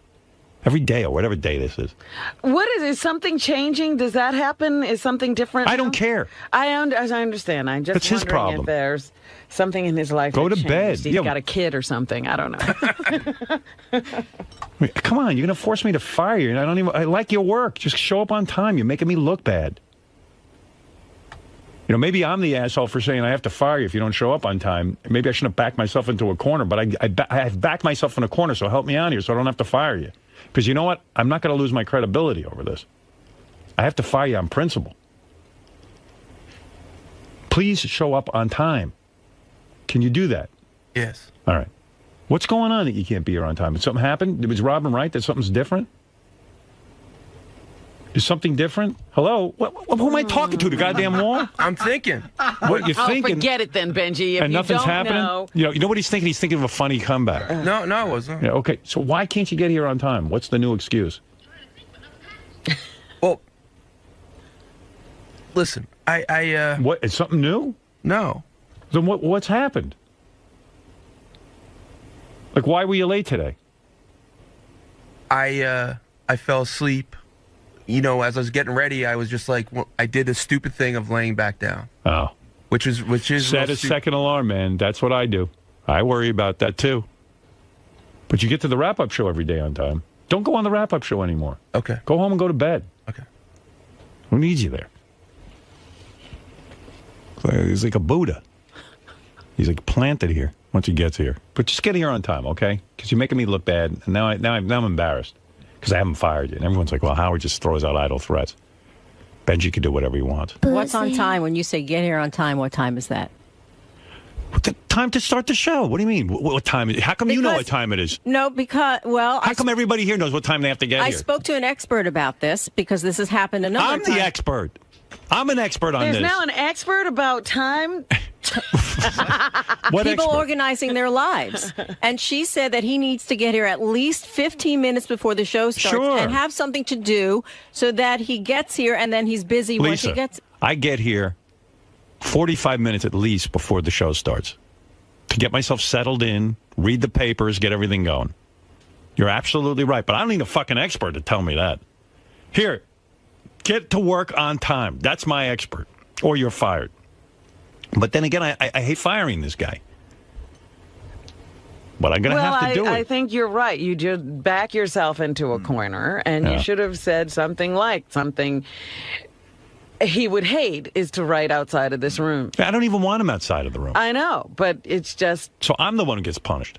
He's always putting you in a position of punishing yourself. Yeah, I don't know what to punish him with. What do you value around here so I could take it away from you?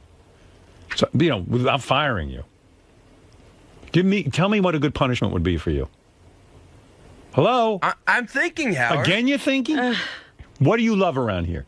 I love you. No, come on. What do you love around here? You know.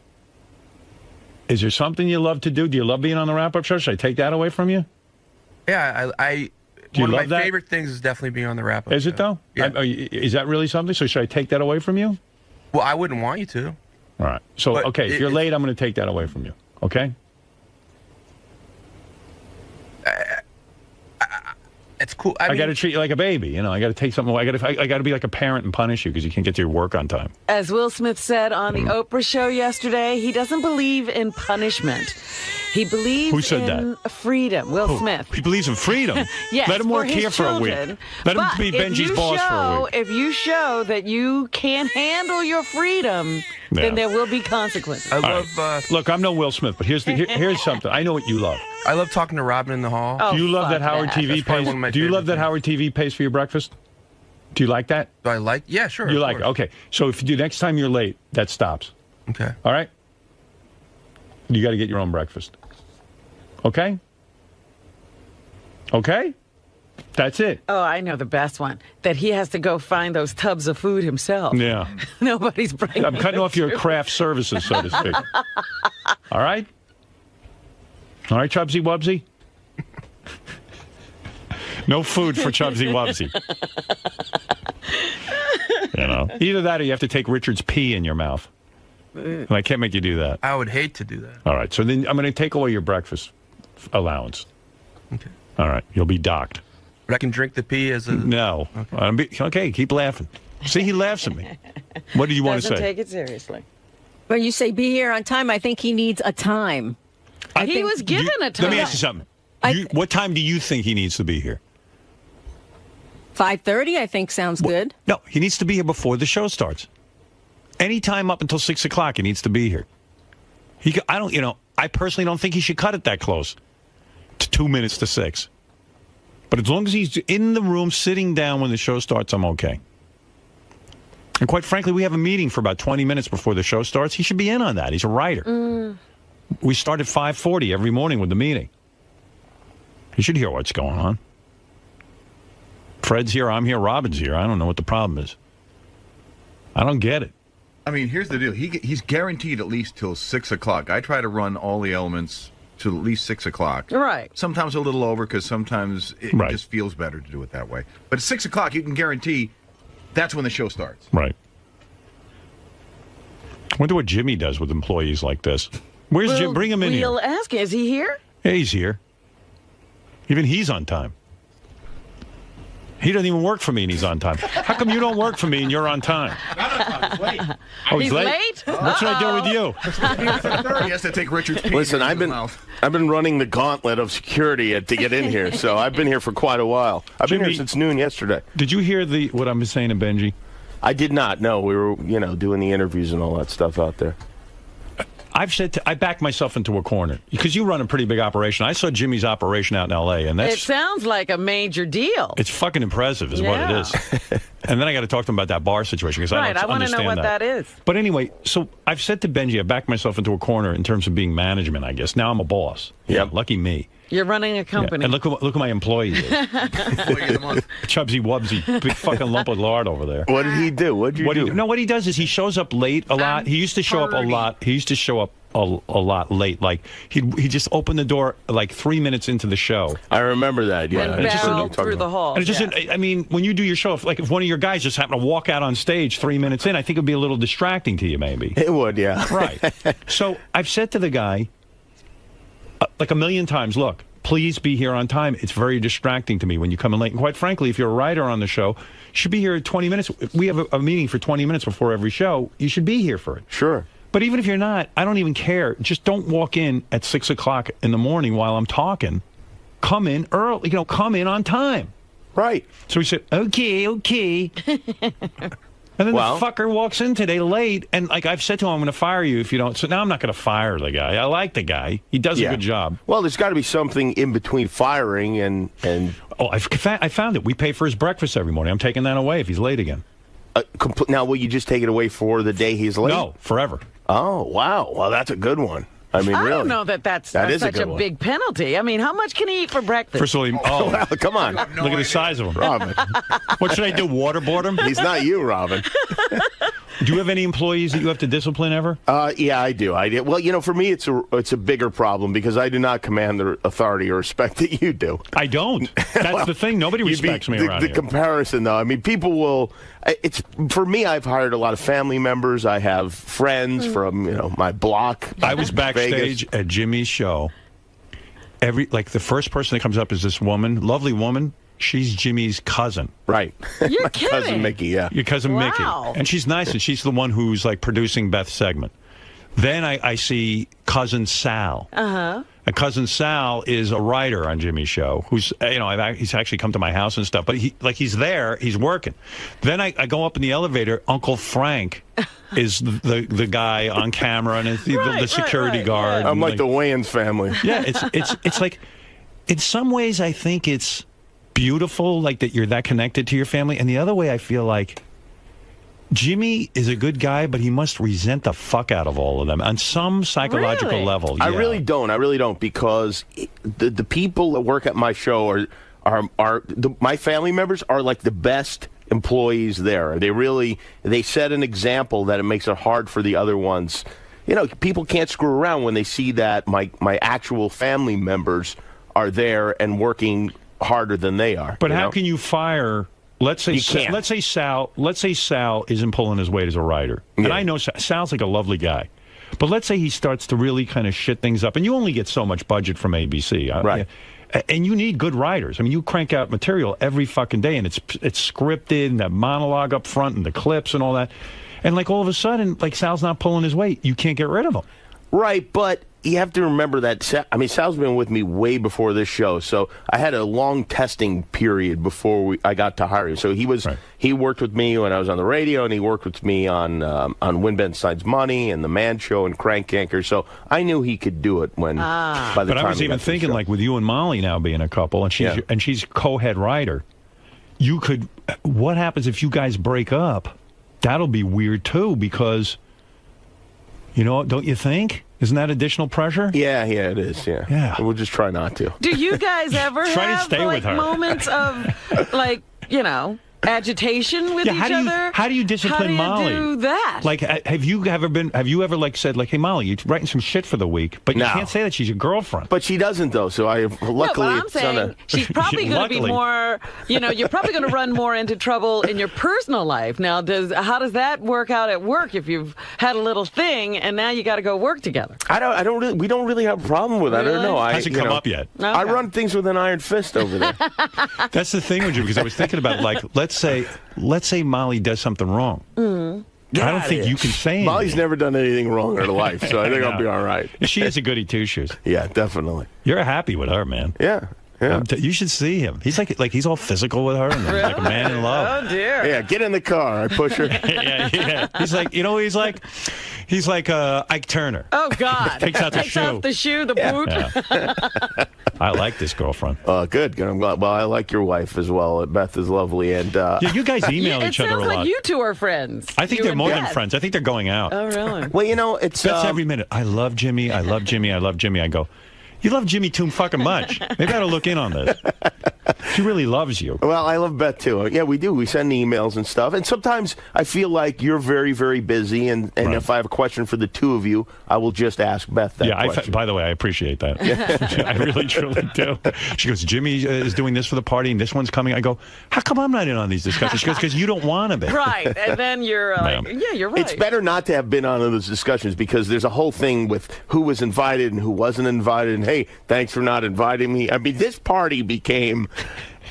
I really cannot possibly explain what it was like. It was like Oprah was visiting town and coming to my house. I mean, it was crazy. First of all, I had no idea that I had that much juice in L.A. Like, I mean, you saw it. I was being chased by paparazzi. I've never seen anything like it. I have to say, I've never seen the craze with aggression. You've got to come more often because the fact that you haven't been there for 12 years or whatever it's been has made people like, I mean, it was crazy. It was crazy. I swear to God, I've never seen it. I didn't expect it. I love the Rodeo Drive story. Oh, I told that whole thing yesterday.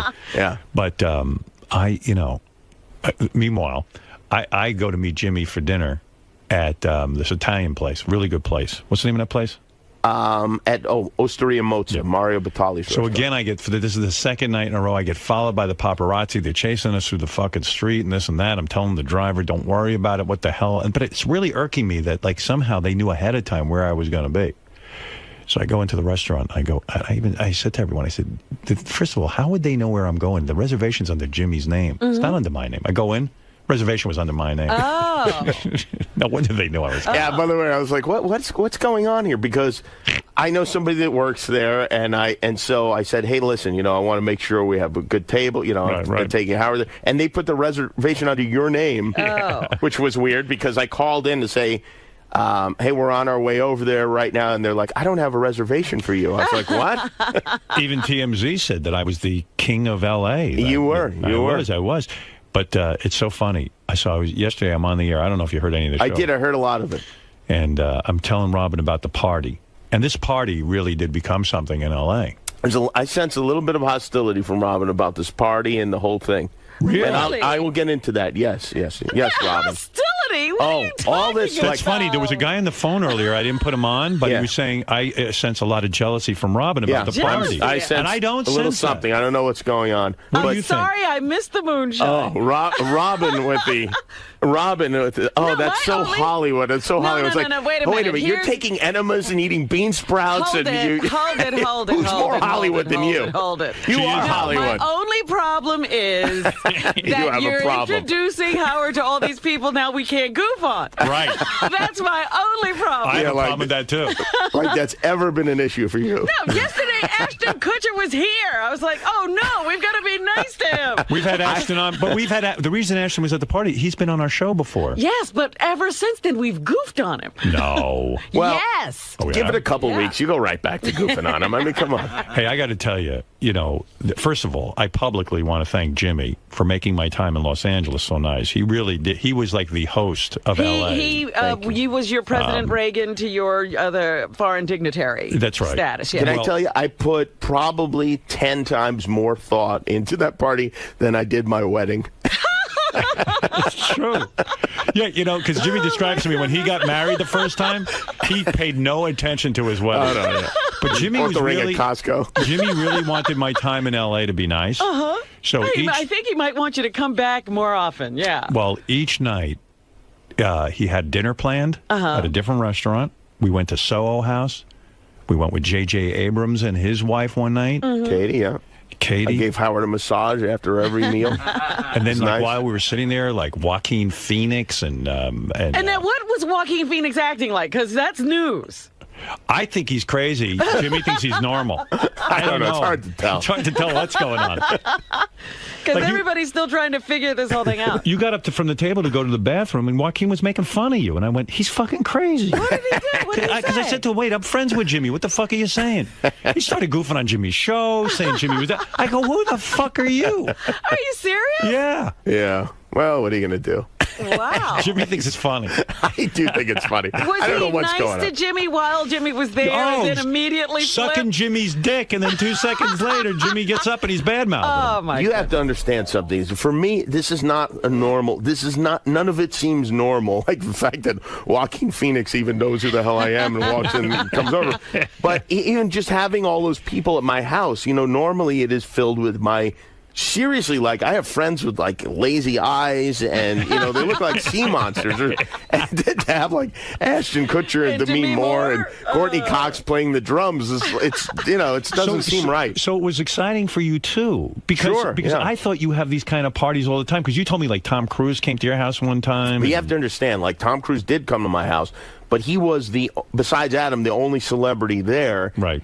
Amongst all my, every once in a while, some one person comes. I've never had anything descend upon me like that. See, I was under the impression that you've done this before. No. Well, wait a minute. How did all those people get there? I mean... Most of these people are, because I said to Howard, I know you're coming to L.A., you have limited time. If there are people that you want to see. It started out small. Jimmy said to me, I'd like to do a small dinner party. Jimmy was going to cook dinner. Right. And he said, hey, I'm going to have a small dinner party.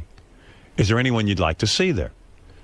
And so, I would say, gee, I'd love to see David Arquette. He does the show. He's such a nice guy. I've never even met Courtney Cox's wife. It's kind of weird like I haven't. I said, maybe we'll have dinner with them, or something like that, like 1 or 2 people.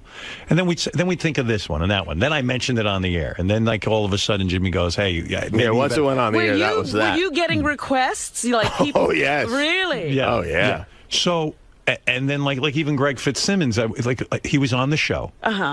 And he's in L.A. And then Jimmy said to me, gee, don't you think we should invite Greg? I said, I was going to say something, but I feel funny inviting people to your home. Right. I don't know. You don't feel like that's your place. Yeah, and I said, I don't know how many people you can cook for, because Jimmy was going to cook. Right. And I said, of course so I'd say to him, of course I'd love to see Greg, but I don't know. So I can forget him when I'm talking about Right. it. Oh, by the way, did you hear Greg's show last night? I didn't know. It's so funny. We played it back. So I'm trying to think of all the celebrities. You destroyed him, by the way, when you said that you didn't know he'd had a show on for a few years. That's when I thought I better invite Greg to this party. Yeah, right. Yeah, I didn't realize. But Greg was kind of like, he wasn't hurt or anything, but he was just like, wow, Howard didn't remember I was there, and I was up on stage playing guitar with him and this and that. But I think you forgot a lot of people. It's sounds okay, like, though. Did I forget a lot of people? Sounds like a very. It sounds like you could have cooked from Howard's Greg's list. very forgettable, though. That's the thing. I mean, yeah. Oh. It's good to be in show business. Can I mention something real quick? Because I want to apologize for Fred, because I feel very badly. This is a great story. Now, Greg had me on the show, and Greg's a pain in the ass with these questions that he asks. You feel like you have to answer, but he's like, rank who you like best of Howard, Robin, and Fred, first to last. So I go, all right. Well, Howard and I are pretty tight. So Howard's first, and then I'm trying to think of all right, who am I going to go with between Robin or Fred? I was like, you know what, Fred has said a couple of things about me on the air that haven't exactly been accurate. Fred, I don't know if you're back there hearing, but I'm listening. But I love Fred. But forced to rank the three of you, that's where it came up, and then it became like I was insulting Fred. But you said about Fred, and I thought it was very astute. Greg said, well, why do you like Robin better than Fred? And you said, well, Fred acts like he's some sort of genius and like he knows. He's unimpeachable. I didn't say that, but what I did say, and I think this is more your fault than Fred's fault. Whenever there's a lull in the conversation, you guys, I don't know, you turn to Fred, and then Fred will answer you, whatever the issue is. Right. I'll answer to the best of my ability. Doesn't anyone in this room have a computer? I mean, isn't there a Google search of any kind in here? Sure. So, in other words, you feel that we accept whatever Fred says as gospel, and Fred isn't that intelligent. In other words, it's not a matter of intelligence. You said that he was inaccurate, and nobody will challenge him. Right. So now Fred has become like. By the way, in case anybody was interested, it's not a B minor chord in Hey Jude, it's B flat. See, there you go. There you go. But now, after listening to the show yesterday, Fred has risen above Robin, and Robin is back into the third place. There you go. Sorry, Robin. Right. And sorry, Because of Fred. my what? Yeah. What are you sensing about Robin about this Hollywood? I don't party? know what's going on. I really don't know. I don't know what is going on. I feel like. You think she's jealous that I was at your party? I think I'm going to have to throw Robin a huge party when she comes to L.A. now to try to even this out. Look, I feel Robin was happy for me that you were throwing this party for me. I wanted him to go and actually enjoy a trip. Yeah. That was my paramount desire. Oh, and it come on sounds now. like But it would have really been funnier if he had a horrible time, wouldn't it have? No, because he's so miserable, Jimmy. I'm telling you, I feel for him. I had Jimmy took pictures of this party that he threw, and again, Jimmy sent me a picture, and he's a funny guy. He labels it the Jonas Brothers, and as I said, at Jimmy's house, he had this band room set up, right. And now everyone I know who was at the party is now setting up a band room. They were very inspired. Everyone's going to have one. And Jimmy sent me a picture of me, Ashton Kutcher, and David Arquette on stage. And David Arquette's very handsome, and so is Ashton Kutcher. And I wrote back to Jimmy, I said, good Lord, I look horrible. And he said, well, even George Clooney would look horrible standing next to those two guys. But really, I had such a good feeling about how I looked that night until I saw these pictures. You were feeling confident? Jimmy's girlfriend, Molly, took lots of pictures, and I'm going to pay her to destroy them. Because I looked at myself playing, first of all, the guitar you have, the strap, was like a ukulele. As I told you, I don't know how to play any of those instruments I own. I don't even know why I have them. It's funny because you really don't play anything except harmonica. This is the first. I don't even play that. Just everyone seems to think because you own one, you play it. But I was just really breathing into the harmonica. I don't know how to play the thing. Right. But everyone, it's funny because I've been trying to get people to go into this band room and jam. This is the idea, Well, the second you showed it to me, I knew we'd use it. I wanted it to be like a Jackie Martling style party without the garbage can full of clams, you know? And finally, people went in there. But it was really weird because I kind of missed the Stamos-McGrath battle, whatever was going that's on. another thing. Apparently that didn't happen. Greg had McGrath on, right? I don't know about that. How do you know what happened? Did Mark say there was nothing between them? Mark went on the show, Greg Fitzsimmons show. Right. He said, I don't know what Howard's talking about. Because I had said that Stamos was really angry. Oh, really? That no one knew any songs, and McGrath should know what songs to do. And they really got into it. And according to what Mark McGrath said on the Greg Fitzsimmons show, that after the party, not only was Stamos great with him, Stamos has invited Mark McGrath to his party at his house next weekend where the Beach Boys will be, and they're all going to jam together. So maybe I had it wrong, but you It sounds like a on preemptive strike from Camp Stamos. Right. Because what was your take on all of that? Well, I got the impression, and I think it was supported by an email I got from Mark, that there was something going on, although I missed it completely. Yeah, I was kind of high, but I thought Mark was saying that Stamos was throwing attitude toward him. I thought so, too. I think that's what everyone was saying. Is poor John Stamos just misunderstood? I don't know. I don't know what John expected. I kept saying to John, listen, as this is over music, I'm screaming, John, just play any song you know, and everyone will follow around with it. And he would not do that. But here was the problem. No one knew any words to sing. We didn't need the words. That was the least of our problems. No one knew how to play any of the instruments. I played Louie. Yeah. I played I Just Want to Fly with Mark McGrath. Yeah. I was right That in was there. the only one we really had together. At one point, I threw my guitar down. I said, I can't work with this fucking band anymore. I was like a prima donna. But even Greg said, how cool is it? Like, we were up there jamming, and then you look over, and Demi Moore and Courtney Cox, and like... Let me tell you, if there was video of that, thank God. And let's say you were not involved in that and you saw a video of that, you never stop goofing on it. Right. It was so like, goofable. Look at these assholes playing these instruments. But it's a party and everyone's drinking. Now you understand my dilemma. I know. I think you'll be all right. I think you can get right back to it. Robin would have loved it. You know what? I felt like I was part of Hollywood legend. You know, Absolutely. I used to read about like Bogey and Bacall would have over Sinatra, and Sinatra would bring. Well, that's what I said. It's like we had John Stamos. We had John Stamos. I Same remember thing. Carrie Fisher would write those books about growing up with Debbie Reynolds. Right. And this was Debbie Reynolds' house. You know, she'd just invite people over because she wanted to sing.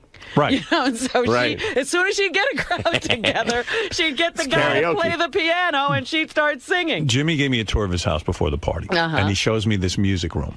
And he says, you know, I don't know why I built it. He says, no one's ever used it, ever. Now it's legend. My son uses it. That's it. Right. Yeah. So I said to him, listen, everyone's going in there tonight. This is fun. Yeah, it's a legend I was now. happy I mean, this is going to happen at your house every week now. Johnny Knoxville walks in with this fucking moonshine in a Which jelly I still jar. can't get over. And he's twisting off the cap and sipping it. And before I knew, I didn't expect that like Courtney Cox or Demi Moore or like Ben Stiller.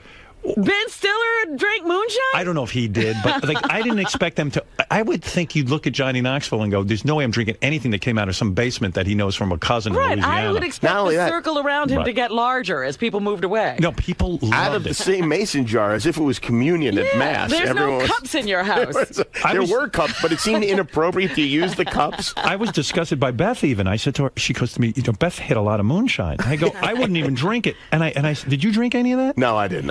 I've had it with him before, and I learned not to ever drink it. Yeah, well, like Beth had a lot of it, and she says to me when we're home, do you think it's bad that I was drinking out of that jelly jar, you know, with everyone? And I go, of course. No germs could possibly survive in that. That's what she moonshine. said. It's not the germs you worry about. As Fred said, who made the stuff? Exactly. What do they know? Under what conditions? Fred, don't worry. It was Johnny Knoxville's relatives. Yeah. Oh, yeah. They're all and you know how stable Johnny is. It's no problem. Don't worry. These are very, very close relatives of Johnny. I think a lot of people in Hollywood are jealous that they weren't at this party.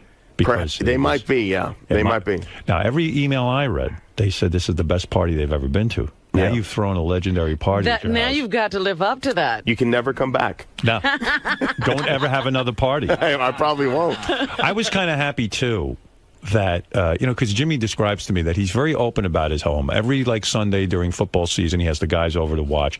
And a lot of people, I even said to Jimmy, I said, they must fuck your house up because they do. They wreck his house. You know what it is? Because it's like a bachelor pad. They think it doesn't matter. Yeah, and also the house I had before, which wasn't as nice, you know, it was kind of like you wouldn't really even notice necessarily if people were fucking things up, and but now you notice. Now you really notice, Yeah. like there's a big gouge in the refrigerator, or something's happened. Well, Jimmy's got a really nice house now, and I said, and the idea, I was really afraid somebody would fuck up his house. Like, I was eating dinner at one point on top of his poker game. Right. What is that thing called? It's a video game. Yeah, the video poker, yeah. I was eating with David Arquette. I said, hey, maybe we shouldn't be putting our plates down on this thing. That's fine. They could get ruined, but nobody listened to me. Believe me, that was the most refined group of people I've ever had at my house. I mean, normally They were people all good. You didn't see anything. Yeah, normally, like, somebody falls asleep, and my cousin Sal pulls his pants down and jumps ass first on the person's face. And Right. There was none of that. No. Yeah, but it was fun. So who was at the party that I'm leaving out? First of all, I mean, I thought who did I leave out? Do you know? Who was at the Besides party? Greg? Well, Greg was left out. Yeah, again. Greg does a great show, by the way. You should listen to it sometime. Yeah, I really should. Yeah, No, I do. Who else was at the party? Well, you mentioned Ben. You mentioned Bill and Krista after a while. Bill I Lawrence. didn't understand who Bill Lawrence and Krista were, and Krista is going to call into the show tomorrow because she feels that she says she did, in fact, have a conversation with me. This was the actress. The actress. Okay. She said, Howard, I did speak with you. You spoke and I feel stupid that I had. This was in an email to Gary. I feel really stupid that I didn't tell you who I was because I'm a big fan of the show. So she wants to call in and talk about that. Right. So Everyone there is a big fan of the show. I mean, it's like not one person there was just like, yeah, I'll check out, want to see what's going on. Made me feel really important and good about myself, and like maybe I'm Maybe really you got somebody. something going on. Maybe I have something going on. It made me feel really, really important. Like I felt like a Hollywood sort of celebrity kind of There thing. you go. With the paparazzi chasing me, then we go to Jimmy's and. You're like Princess Di. Yeah, I felt really, really. I felt really like a more beautiful Princess Di. I felt like, wow, I'm. If these people are all pretty talented and they all look up to me. Now you're saying that Demi Moore is a fan, or is Ashton Kutcher a fan? Who's the fan? Ashton Kutcher's the fan. Well, I think he, I think it's like also with Courtney Cox. I think you get into a certain territory where they're either on board or they aren't. I think when even people who are not necessarily fans, if they start listening to the show, it becomes a part of your life, kind of, and you can't really help but enjoy it. And I think that she They've would wandered fall into that territory. category. Yeah. And I think you have the greatest thing, because just being nice to people is, they can't believe it, because they think like they're going to walk in and you're going to like jerk off on them, or, maybe like shit in your hand and smear it on them or something. And the only guy who I think was angry with me was Jeff Probst. Do you think Jeff was angry? I don't know, because I went over to talk to Jeff. And I thought that the girlfriend was the one that he met on the island. Right. He was confused about the woman. That's a bad start. But I didn't say anything because I was respectful, because I wasn't sure. I wasn't sure if they broke up or not, because I don't remember seeing her on Survivor, the girl he was with. You didn't recognize her. It turns out that he broke up with the girl he met on Survivor, and now he has a new girlfriend. So I started to quiz him about his life with this girl, and then I got into, have you guys said I love you to each other? Then they both turned Not beet an red. uncomfortable question. And then I said, well, if you haven't said I love you, does anyone want to say it now? Oh, my God. Now, the guy standing next to me turns out to be some famous guy who is... Who, Will Arnett? Will Arnett. Yeah. I didn't know who he was. Right. Oh, he's great. He's a funny actor. He's hilarious. But we were having a blast, and Jeff Probst goes, I don't like this interview. I go, it's not an interview. We're at a party, and we're having fun. But he felt he was being interviewed. You were having fun. I was having fun. So I don't know if he was really upset with me, or we were just having a good... You just lost him at that point. I was trying to have some fun. I suspect that Jeff, as a big fan of the show, understands. He was having a good time. And was probably into it. But I don't know. I've not heard from him. I haven't spoken to Jeff yet. Right. But, I just know that he's a huge fan, loves the show. So, and he went out of his way to go to this party. Yeah, had to he rearrange. flew back from New York. It turns out he didn't fly back from New York, but he flew, like, he took the red eye, I think, to get to New York to be on the air the next afternoon. I know. So, here he is, and he's got a new girlfriend, and he wants to introduce you, and then you're just busting his balls at a party. Was he angry? I haven't spoken to him, but the way you're saying it makes it sound like you were busting his balls. In fact, the way I looked at it was I was paying attention to Jeff in front of his new girlfriend. And But I don't think, I thought I was being nice. Have you said I love you is the way to do it? Well, then I got into, and then she announced that she has 2 kids. Uh-huh. And I went, whoa. Oh, no. Howard voted her off the island. I go, Jeff, is that going to be okay? Are those immunity idols, or are those kids? I go, Jeff, are we all right with that? And I go, how's she going to go visit you in Guam or wherever you shoot Survivor? How's she going to visit you and with the 2 kids? This isn't going to work. Yeah. Jimmy's checking notes. What are your notes? There's another thing I'm mad at Robin about also. What? Go ahead. What is it? Oh, God, he made notes about that? Yeah, I did. I made a note. I was listening yesterday, and just everything gets challenged. It's unbelievable. Robin, I listened to this show. How old do you think I am? Oh, yeah, this is good. How old do you think I am? Why do you think I'm your age? I'm 42 years old. Jimmy announced that he always says to me, I listened to you growing up. I did. Yeah, that's true. What year did you guys start at NBC? You're actually in New right, York? because I'm 50. Of course I'm right. I'm 56. We had a feeling you were an adult already. I'm not an adult. I guess you've been around for a long time.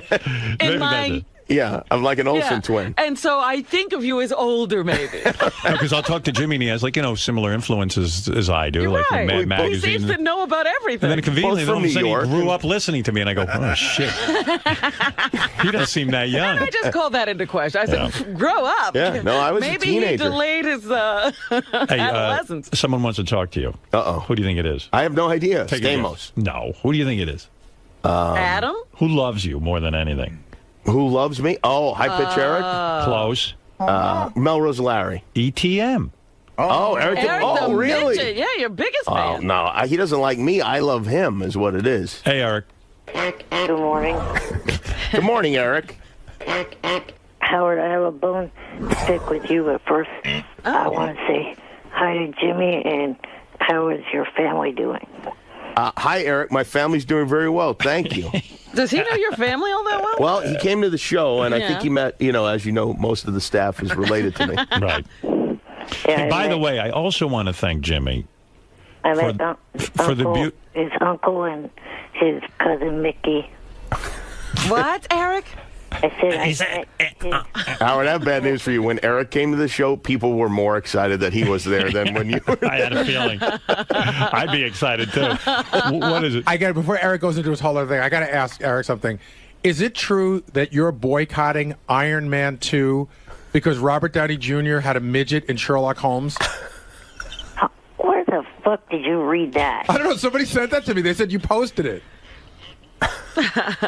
Probably one of those idiotic imposter sites posted it, not me. Spice Boy on the Bubba Show yesterday said the funniest thing I've ever heard. He was talking about how, he was talking about how somebody's always happy when they come in the room because you know what it's like? It's like when a midget comes in the room, everybody suddenly has a good time. I don't know. But it's true. Can you argue with that? You can't. It makes an evening. It raises the level of delight significantly. I was at a club once, and they had a midget who stood on the bar and sprayed the crowd down. We all loved it. By the way, Stamos hates midgets. I know. He's afraid of them. And so once he was at my show, and I surrounded him with the band Mini Kiss. They happen to be on the show. They're miniature Kiss impersonators. Yeah. And I had them all come in the dressing room to say hello to him. And he really was horrified by it. He freaks out. What freaks him out about it? Maybe because he's so good looking, he's not used to seeing. My point about Jimmy's party was, everyone was so good looking that. Well, not me. I mean, as Robin was so kind enough to point out yesterday. I'm talking about every picture. I was trying to make Howard feel better. Well, every picture was just all these good looking people, and I just felt like a hideous monster because I thought I was good looking because I had a whole cool look going. I had my jacket. That's what Ashton said. You had a look. I had a whole cool look, and I thought I looked good. And then I saw the pictures, and I go, "Oh my God!" It's like Herman Munster being at the fucking, at school visiting Eddie's teacher. It was crazy. I said to Jimmy, Jesus Christ, these pictures. I mean, my God. Yes, burn them. Well, they're kind of fun, though. I do want the pictures. Yeah, there's some good ones. But I do want to thank Jimmy for having that great segment with my wife because, she wanted to please you and please me, by doing a good job. I don't know. There was a great rapport between the two of you, and she was really good with Jimmy, and Jimmy was really good. He was spewing out the funny lines, and I was very appreciative of that. I thought it was great. Yeah, she was great. She really was. Yeah. She did well. So that was kind of nice.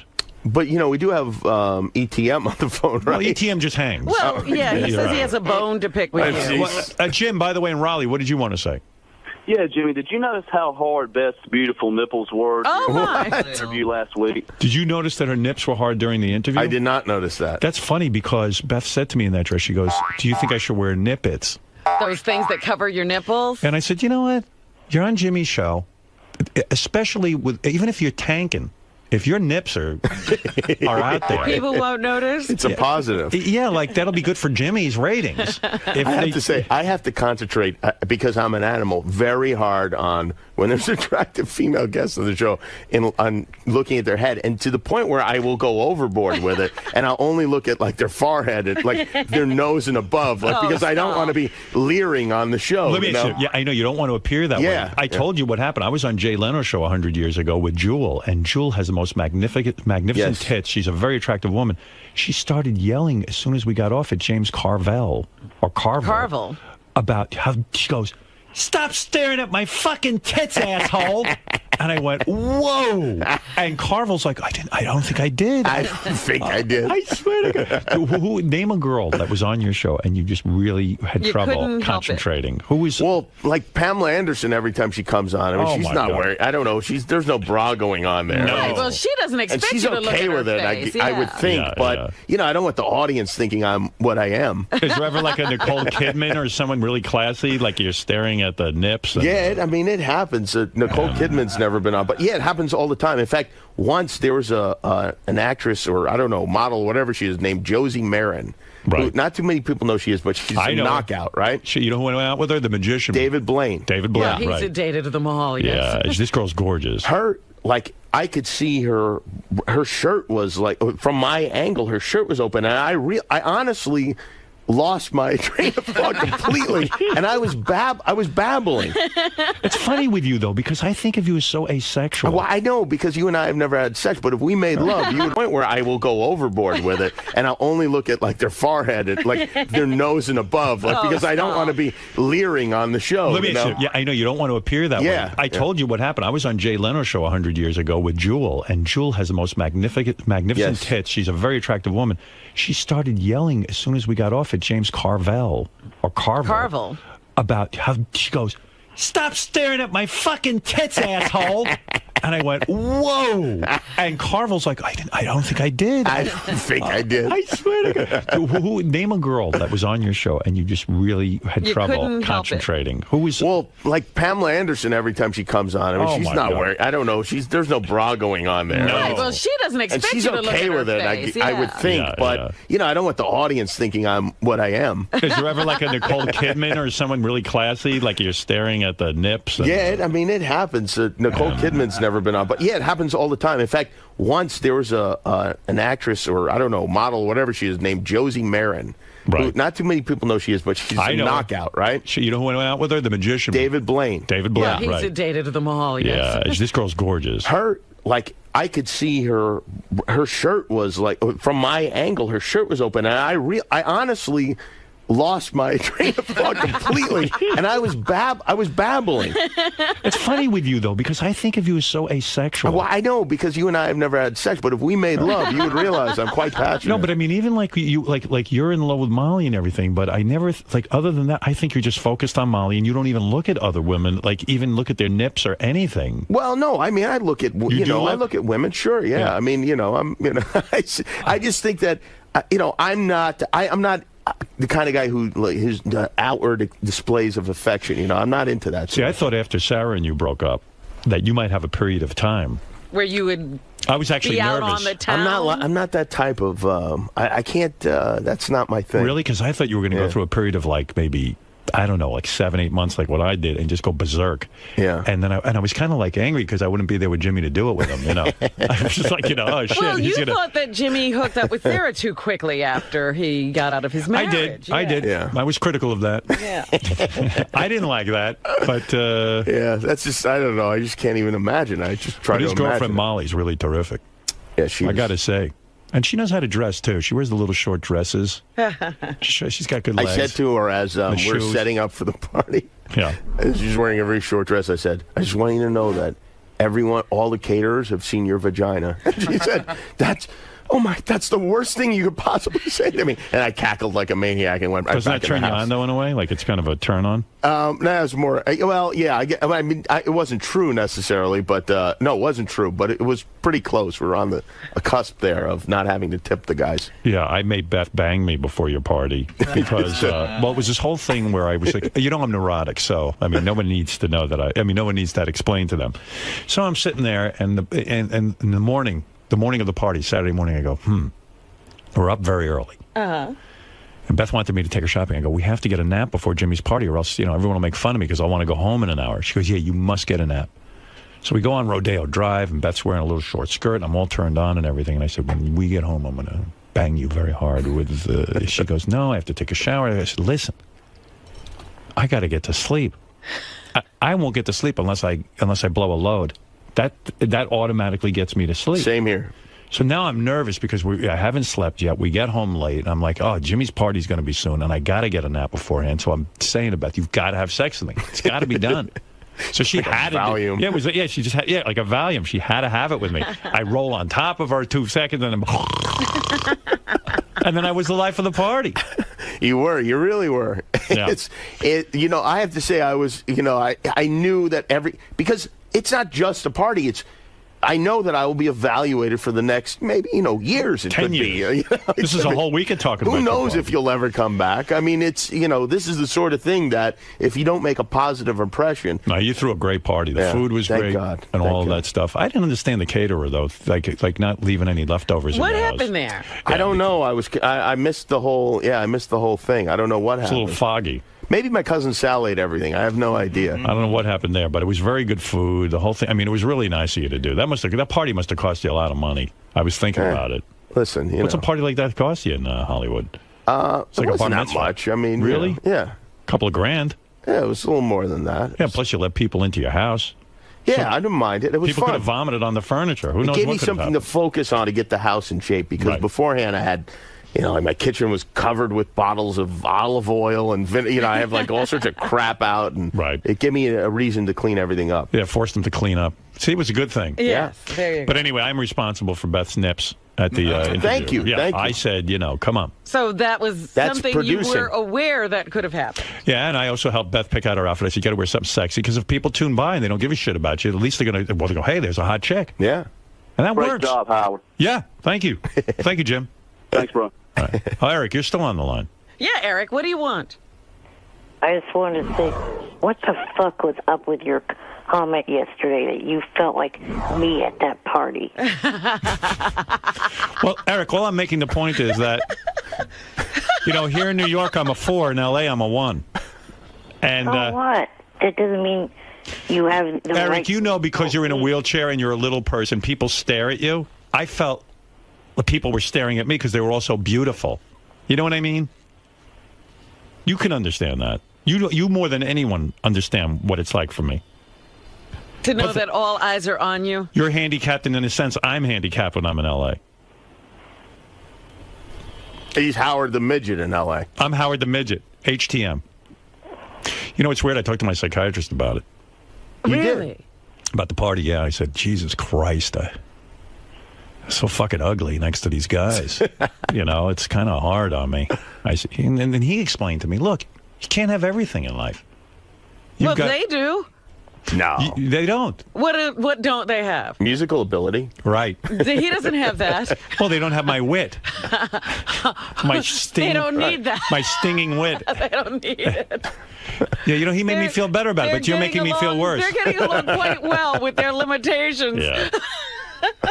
Well, listen, these are like, I don't know, these guys are like the most handsome. I mean, they're like, they're Hollywood. They're the most handsome guys in the country. My theory on why so many people in Hollywood get this plastic surgery is because, I was like, Jesus Christ, I need to do something quick. You stand next to these fuckers. In fact, Jimmy, why don't you fall into that? If you came to my house on for a regular party, you'd be the most handsome guy there. You'd feel perfectly fine with yourself.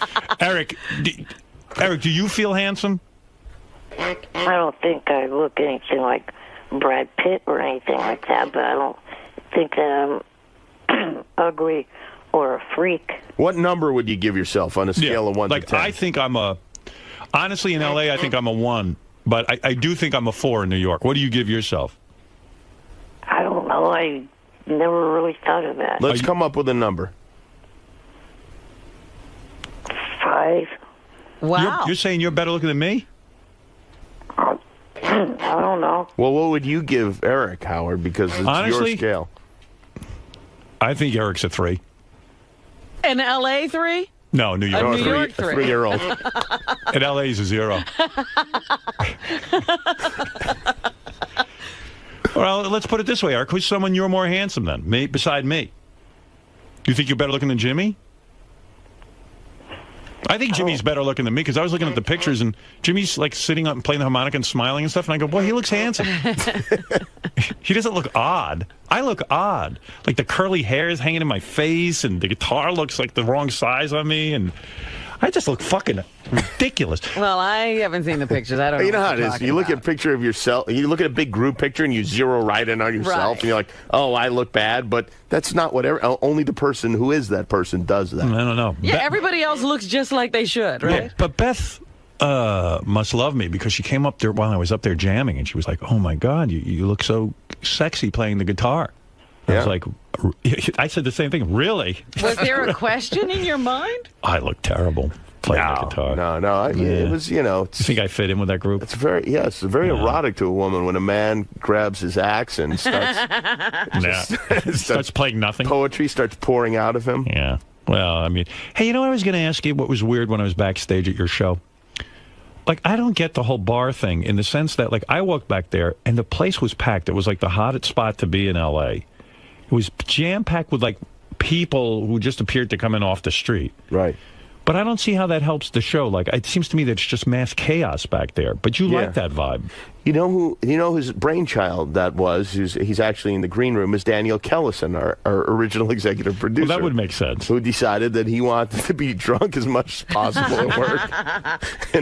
No, it was a lot of thought was put into it because when we first started the show, we knew that we were going to have trouble getting guests because it's a new show. Right. So we thought, well, if we have a place that the guests have fun and the publicists have fun, then people will want to just come back and won't be as... Because it's a drag going to these things. You know, you have to sit there and whatever. So we decided to make it a little more fun, and that's just become the thing that we do. Yeah, it's kind of cool because as soon as I got there... So that's who those people are? They're the publicists? And, okay. Friends of the band, and, you know, I'm sure there were a lot of people that just wanted to have a look at Howard. How hard is it to get backstage and get into that bar? Because it seemed to me there was a lot of riffraff. You have to know somebody that's on the show that night. Or do you have a staff person who's completely in charge of that list and, like, make sure that, like, you know...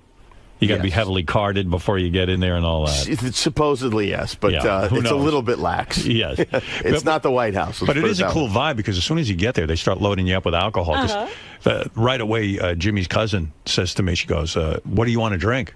And I'm like, you know, not a bad... This is cocktail hour. Mm-hmm. You're absolutely right. It is time to start drinking. And I start, you know. We tape so late in the day, too, compared to the other shows. We tape at 7, from 7 to 8. And the other ones do, 5:30. So yeah, it was way cool. It's time to get drunk. Hey, Eric, I got to go. Eric came to the green room. He was a big hit in the green room. Was he drinking? Eric, were you drinking? No, I don't drink. He was the center of attention, though. Everyone was gathered around him, including myself. Yeah. And he was a delight, I have to say. How come you don't drink? I just never liked to drink.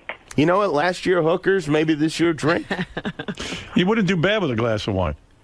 Do you guys hear about Sarah Silverman's show being canceled? Oh, I think we might have heard about that. Jimmy, you probably didn't know that. Did you know that Sarah's show got canceled? I did see that, yeah. Yeah. Yeah. Is that because she doesn't go out with you anymore, or bad things going to happen to her? It's ETMZ that is reporting for us right now. This is kind of weird to say in front of Jimmy, but Jimmy had it canceled. Yeah. He's starting to become very powerful in show business since the party. Did you see that party? Yeah. I'm having all copies of her book destroyed as well. Yeah. Have you run into her since you guys broke up? We did. We ran into each other at an Academy Awards party briefly. It was very awkward. I was with Molly, And was she with the new boyfriend? With her boyfriend, Alec. And do you guys still make out just out of habit? Like if you see her? No. No. Was it weird? It was weird, and we talked for about, we had it was, we were coming in just as they were leaving, and had it been one more minute, we would have missed each other. But as we walked in, we made chit-chat for about 60 seconds, and then I said, all right, we're going to go stand over there. Why is it awkward, actually? Why is it awkward? Well, I mean, it's Fred. It's awkward. Well, I mean, it's awkward because you used to see this person every single day, and then you haven't seen them at all, and then you don't have the normal reaction that when you see somebody for the first time after a long time. It's like, oh, go ahead, how you've been? It's like, ooh, wow, you're with another person, for both of us. Do you high five her boyfriend because you both gotten her? Oh, no, we did not. You didn't high five? I don't high five a lot in general. So it's weird then, you're saying, now when you see her. Yeah. Yeah. Of course. Yeah. Of course, it's odd. Yeah. Do you think you'll ever be, because we were talking to Ashton about this yesterday. He had Bruce Willis at his wedding. He was at Bruce's wedding. Yeah. They're just pals. Yeah. I would like to be friends with Bruce Willis, yeah. No, Jimmy will have Bruce Willis to his wedding. But Sarah, no, we're friendly, we email and stuff. Yeah, but, it's still, it's odd. It's uncomfortable. Because I said to Sarah when she was in here, I said to her, you going on Jimmy's show to promote your new book? And she was kind of like, I don't think so, no. But you wouldn't have had her on, right? Well, it's, it just, like, our first conversation should not be on television. That's just kind of, I don't know. It's like, get anecdotes about the book, Hey, remember when we used to go out? Yeah, it is kind of weird. Yeah, it is. But she's making it like everything's hunky-dory with you guys. It is. It's fine, yeah. It's cool? Mm-hmm. Everything's cool. Yep, it is. Something tells me that's bullshit. No, I told you privately that's not bullshit. I didn't? No. Oh, I thought I did. I don't know. You know what? Even after I had that private conversation with you, I'm talking about even just recently, I still don't know really. I said to Beth, it's so frustrating because I'm not asking Jimmy the right questions. I still don't know. What do you want to know? I don't want to put him on the spot, but I don't know. There's something. There is some sort of weird thing. It's probably too complicated. Yeah. If I'm stepping over my boundaries, you tell me. Great. Okay. You guys, you broke up with her first, right? Yes. Okay. And then she broke up with you. Yes. But I'm thinking she broke up with Jimmy because Jimmy broke up with her first. You think she went back just so she could be the one who broke up? Yeah, because she's probably... I don't know. I don't know how much of this you want to get into, but I mean, I don't understand. None? Do you think everybody is that juvenile? No, I think that... God. I am, Robin. I am for sure. I think Sarah's in love with Jimmy, and then she got freaked. No. Oh. That's over with. All right. And by the way, she's been talking about this new boyfriend. I even said to her, I said, are you putting Jimmy down with this? Because she said every other guy she dated before. Did you read that quote? I did, yes. What was the quote? He knows it verbatim. Something about me being fat. Really. Yeah, right. It was kind of like, about me being mean or something. I've only dated mean fat guys. She didn't really say it. It was like she was misquoted. Did you call her about that and say, what's that? Well, yeah, we had an email exchange about it, and she apologized and corrected it immediately. And that you never called her pretty, that you never complimented her. Right. But but that's not true. Yeah, it wasn't. It was one of those things that I don't know exactly what. If she was taken out of context or misquoted or what. Right. But I just don't know she what didn't happened. mean it. But honestly, I can honestly say this. I think you're better off with Molly. I don't know. I've never met Sarah's new boyfriend, but and maybe she's better off with him, but I don't know. Maybe. You seem like you're on cloud 9. Like maybe you're going to get married to this one. This is what he said. Have children, marry and have children. Here's my prediction. I predict she's going to move into Jimmy's house. Is that in the works? Well, I mean, she's there every night. I mean, I would like her to move her clothes in, but she's resistant to that for some reason. Wonder why? Yeah. I don't know. It's you have your own place. I think people like having their own place and their own stuff, and everything there is mine. Has she ever been married before? No. Okay. No. So I'm thinking, these two kids. Because Jimmy's a kid. He's That's right. He grew up listening That's to right. I'm thinking these two kids are going to get married. Yeah. And even have children together. That's what he said. Well, I do know. That's got to make you uncomfortable, the idea of that, because that puts more pressure on you. It sure as hell does. You know, you're fucking me up because Molly and Beth had a conversation in L.A. I happen to know this. Oh, I don't you know about this. No. Yeah, and Molly, like Beth said, Molly, do you want to have kids one day? And Molly said yes. Right, yeah, sure. So that means That's Jimmy... why you have this prediction. That must mean Jimmy's on board with this. Because she ain't hanging around with Jimmy if Jimmy's not going to have kids. Right. That's going to really suck if you start all over again and have more kids. For who? You? Yeah, for me. Why are you doing that? Who said I was doing it? You're doing it. Listen, have you had that discussion with Molly? Of course, it's just a discussion. And you're open to having more children? It's something that I have mixed feelings about. Obviously, I mean, my but you kids would do it for her. My kids are 18 and 16 years old. You're almost in the clear. I know you can look at it that way. I mean, seriously. But then I also look at my brother just had a baby and he's so cute and I really like, kids. And so, there are things that appeal to me and there are things that do not appeal to me. I have to start talking to Molly about how things are going to be ruined if they have kids. Boy. You should just tell Molly, listen, you can't have kids because it will make Beth want to have children. And that's unacceptable. I'm going to say it. You're affecting my relationship. So... Are you happy Sarah's show is canceled? No. Liar. No, I'm not. I really am not. I don't. In most situations, I would. Other people, but I'm not. No. Yeah. Well, I'm sure she'll be fine. I bet you Molly's happy. No, she's not. I secretly think she is. She has none of that. She's happy. Yeah. Eric, are you done? I just want to say to Jimmy, tell your relatives that I said hi. Thank you, Eric. I will, and I hope you're well. And Eric, I'm sorry I said I felt like you. I don't know how you feel. Right. Okay. Right. Okay. Later. Bye. Well, I felt club-faced when I was at the party. What can I tell you? What is it, Mikey? Real quick, and then I got a break.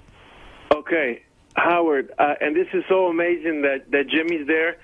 Okay, when you were breaking down the L.A. trip, you could feel through the stiletto Robin's anger, Robin's anguish with the and Jimmy and when he walked in and it was gonna get glazed over, but thank God that I am on my 60th oxycodone and I can talk for another few minutes. But Robin really, you can really feel that she was just super and let down. And then when Jimmy said that, oh my God, that the party was just it was all the fans and stuff. Like I know that Robin was feeling like, why I should have been there. And Jimmy, why the fuck? Why didn't you invite these people? Why didn't you invite Gary? At least Gary. Well, I know Jimmy's not comfortable with black people at his house. Right. I have white-only policy. That's right. I'm telling you. I think you have to look into that. I don't know. I didn't think. I thought of it as I didn't think people would actually come out from New York to come to a party at my house. But if Robin wanted to be at the party, she would hop on a plane and be at the party. It wasn't even that. I was going out to L.A. and I was having dinner at Jimmy's house. Yeah, but I swear to you, Robin is not jealous. Robin, would you take a lie detector test? Yes, I would take a lie detector. Thank you. No, and I quote, why do you think I'm on a plane every weekend? She was saying that like weeks before that, like when you started talking about this whole LA. Are you jealous of the party? No. At all? And if I wanted to go to LA, I could have gone to LA. And of course you would have been welcome at the house. Yeah, but was she invited? She wasn't invited.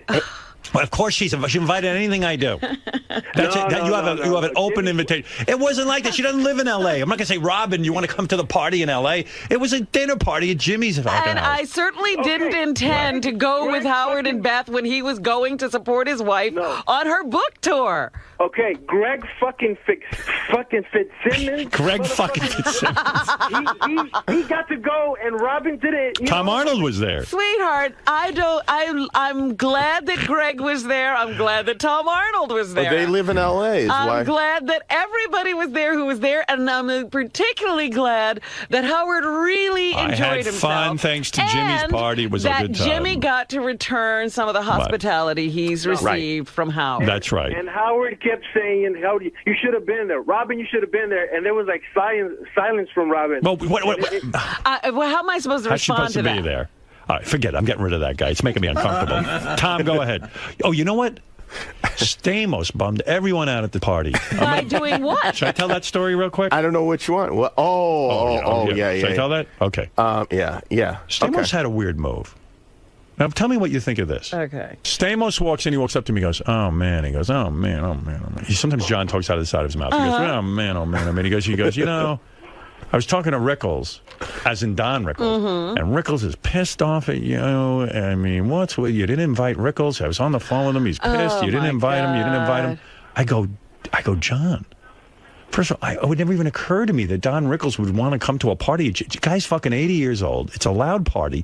I go, how the fuck? I mean, are you supposed to know that he wants to come out and party? I go, I have no idea. You've that never socialized with him I don't before. even really know Don Rickles, except I interviewed him. I love Don Rickles. Yeah. He's my hero, but I would love to have had Don Rickles here. Why didn't you tell me? I don't think John's telling the truth. Well, in fairness to John, I am friendly with Don Rickles, and I know that that there's your interest in Don, but I didn't feel like Don would be. I've had Don in my house. He would be comfortable at this particular party because there was loud music, and it just wasn't a party that I thought he would. And don't you think if Don Rickles showed up, we'd all have to sit around and be quiet and quietly talk to Don and well, listen, if Don, you want to hear Don, you want to talk to Don for sure, right? And so I don't know. Maybe I should have just let him decide, but I just didn't want to put him in an uncomfortable position. Afterwards, Jimmy was really bummed out. I felt bad, and I was bummed out too because John, please stop because you're really bumming me out. I mean, I feel really guilty now, but I also feel like I feel even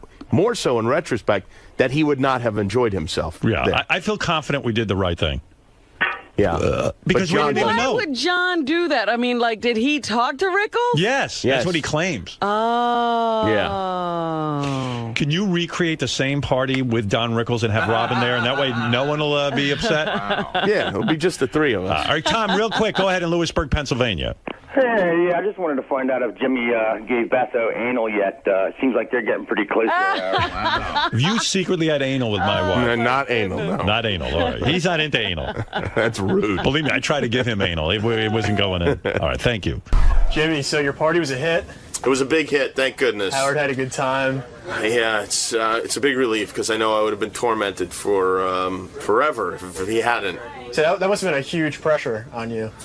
It was a lot of pressure, but I thrive on it, and I've become like the Martha Stewart of the West Coast. Do you think Howard's ever going to come back out? No, probably not.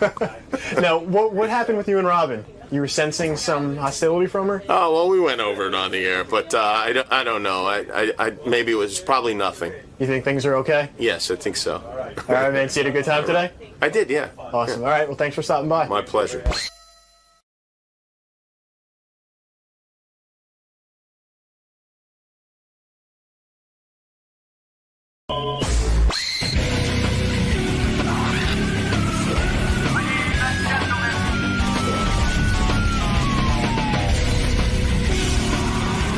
What's up, guys? Hey. How you doing today? Good. Excited to be back? Yeah, just not so early. It's a little early, yeah. So, guys are back together. It's your first time up here as a band, right? I think so. But Stone Temple Pilots, beyond anyone's comprehension how this happened. Somehow they got back together again. These guys, I don't know how they put up with each other. They're one of the greatest rock bands there ever was. Oh, they're incredible. Incredible band. And Scott Weiland's one of the best frontmen ever. Yes, the boys are back together again. Come on in. I'm the only one here. They broke up again. This is how it happens all the time. Stone Temple Pilots will not be here today. They broke up in the green room. Jimmy's absolutely right. They broke up again in the green room, and now, but here they are to reform. Look at that. That's them, all right. That's them. That's the legendary Stone Temple Pilots. Hey, boys. I got to hear this story. Good to see you all. Good seeing you. Boys are getting their headphones on. They're settling in. Well, I don't know how it happened. Last time I saw Mr. Weiland, you said, and I quote, I am never getting back together with those guys. Forget it. It's over. I like these new guys. And I will never, I like these new guys, and I'm never recording again with them on Atlantic Records. Am I correct on that, Scott? Not exactly. What I said was, you know what, you never can tell what'll happen in the future, but right now I'm like very involved in and committed to Velvet Revolver. Right. And that was the case at that time. But it was serendipity that happened. It was just I knew when Velvet Revolver was going to be finished touring, and then I got a call from Dean while I was on tour with Velvet Revolver. We're all of us were all laying out by the pool, and sounds good. In Jersey. Yeah, in Jersey. Yeah, yeah. I didn't know that. And I got a call from Dean, and he said, "Are you sitting down?" And I said, "Yeah, I'm sitting down." And he goes, "We just got offered, well, let's just say a lot of money to play a certain show and a festival, and then like a few festivals." And when you say big money, you're talking millions? Well, for one show, it was around $1 million. No shit. Yeah. You're goddamn right you all came to your senses. It wasn't the money, it was the cordless phones they were throwing in. If the gig was completed. Don't leave money on the table, boys. You know what the odds are of making it in rock and roll? I mean, what are the odds of becoming a great band like Stone Temple Pilots? Cash in. Why not? You deserve it. It's not about cashing in, really. I mean, fuck it is too. It's like we've produced and we've written for other people and stuff, and that'd be a lot easier. We'd be, with our kids a lot more. So you get the phone call. Let me stay on track here. Yeah. You get the phone call, and the boys say to you, "Look, let me talk some sense into you. Let's get together, go play this goddamn festival, make $1 million." And you agreed. Yeah, and so I actually told Slash, and he was cool with it. And he's been left before. He's used Slash is used to getting left. But Slash gets left all the time. And the thing is as this end of summer went on, and then fall and winter, it was the final Velvet Revolver tour. Things just it got bad. Yeah, I mean, Was there a lot of ego? Listen, you're a superstar. You got Axl in there. You had Duff McKagan in there, right? Slash. Yeah, not Slash. Axl. I mean Slash, not fucking Axl. Yeah, and Axl's off in La La Matt Land. Sorum. Matt Sorum. So what happened when you guys got together? Here you left Stone Temple Pilots. You get together with them. You think it's going to be great. You fuckers must have made Stone Temple Pilots look like nursery school. It must have been one crazy head trip after another in that band. Probably more so for our management. Really? But, Duff McKagan said he'd rather reteam with Axl Rose than Scott Weiland. So you guys must have had some falling out. It must have been legendary. I mean, it must have been great. It was great until it wasn't great. Let's just put it that way. Duff said some bad shit happened at the end of the last Revolver tour. It was brutal. There were late gigs. I just wanted it to be over. Right. You guys must have been clapping your hands together, right? You said, yeah, Scott thought we were difficult. A fucking Velvet Revolver taught him a lesson. Am I right, boys, or not? You said it. You said it, right. You know what you probably said when he got together with those guys in Velvet Revolver? Good. He's going to come back to us. He'll appreciate it. Scott, Velvet Revolver is dead, isn't it, without you? I don't... Well, I mean, they're just not... they're not a band anymore. Haven't you said if you lose the lead singer, the band is over? Well, I think that... you hold the power to the band. Public perception is the frontman gets most of the attention. Of course. And so it hasn't happened very often. There's a couple circumstances where a band is Van Halen made it. They did the switch succsuccessfully. And you got AC/DC. AC/DC. All right. Chick Corea. Chick Corea. There you go. Absolutely. Legendary. Can I ask Scott, what happened with those guys at the end of the tour that was so horrible? Yeah, be honest, Scott. Well, you know what? Don't play politics. Tell us the truth. Honestly, there were just, like you said, there were a lot of egos, and in the beginning, it was a really great thing because that's when I was still doing dope, and all those guys were clean. Right. I mean, Slash, he still drank, but he hadn't been doing drugs for a couple of years. So it was a a good like sort of support system. Yeah, it was good. He was just drinking. Thank God. And so you were doing dope. Yeah, and so then I went and I got I went into rehab. You're clean now? What's that? Yeah, I mean, I drink. I still drink some. Still have some drinking? Yeah, but I don't do any drugs. Do you miss the drugs? Not at all. Oh, come on. I do not. Really? Miss, not at all. That's beautiful. I mean, I don't miss the anxiety of. I don't miss. Boys, is Scott easier to work with now that he's off drugs? Hell no. No, he's still just difficult, yes. Because I don't understand something. With the new album, let me understand if I got this straight. By the way, we're here to celebrate Stone Temple Pilots' new album. It's... By bringing up all the bad times. Let's bring up the bad times. That'll bond you guys closer together. But in all seriousness, didn't you guys record the album separately from Scott? Like you recorded some tracks and then sent them to Scott to go record somewhere else? Different countries, actually. Different countries. You weren't even in the same fucking room. Yeah. No, I mean that's been grossly over-exaggerated, and is that grossly over-exaggerated? No, you know, every time we've gotten in to make a record, the three of us have gotten together to do the music. Right. So even on the original albums? Absolutely. Oh. We've always gotten together to do the music. That's kind of the way it's always worked. I didn't understand So that. we kind of get our stuff together, as musically speaking. It gives us a chance to get together, get it together, suss out the arrangements, write stuff. What key it should be in, and all that. I see. I think if Scott shows up from the beginning, he gets a little overwhelmed with all the ideas. There's a lot of musical ideas flowing through the room. So rather than sort through it in front of them, get it all together. They send it to you, and then you write the lyrics. I write the lyrics and the melodies, and then sometimes I'll make like a change and an arrangement, and but it seems like a pain in the ass if you're not in the room and you got to email them, I guess, huh? No, it's not really that big of a deal, because there was in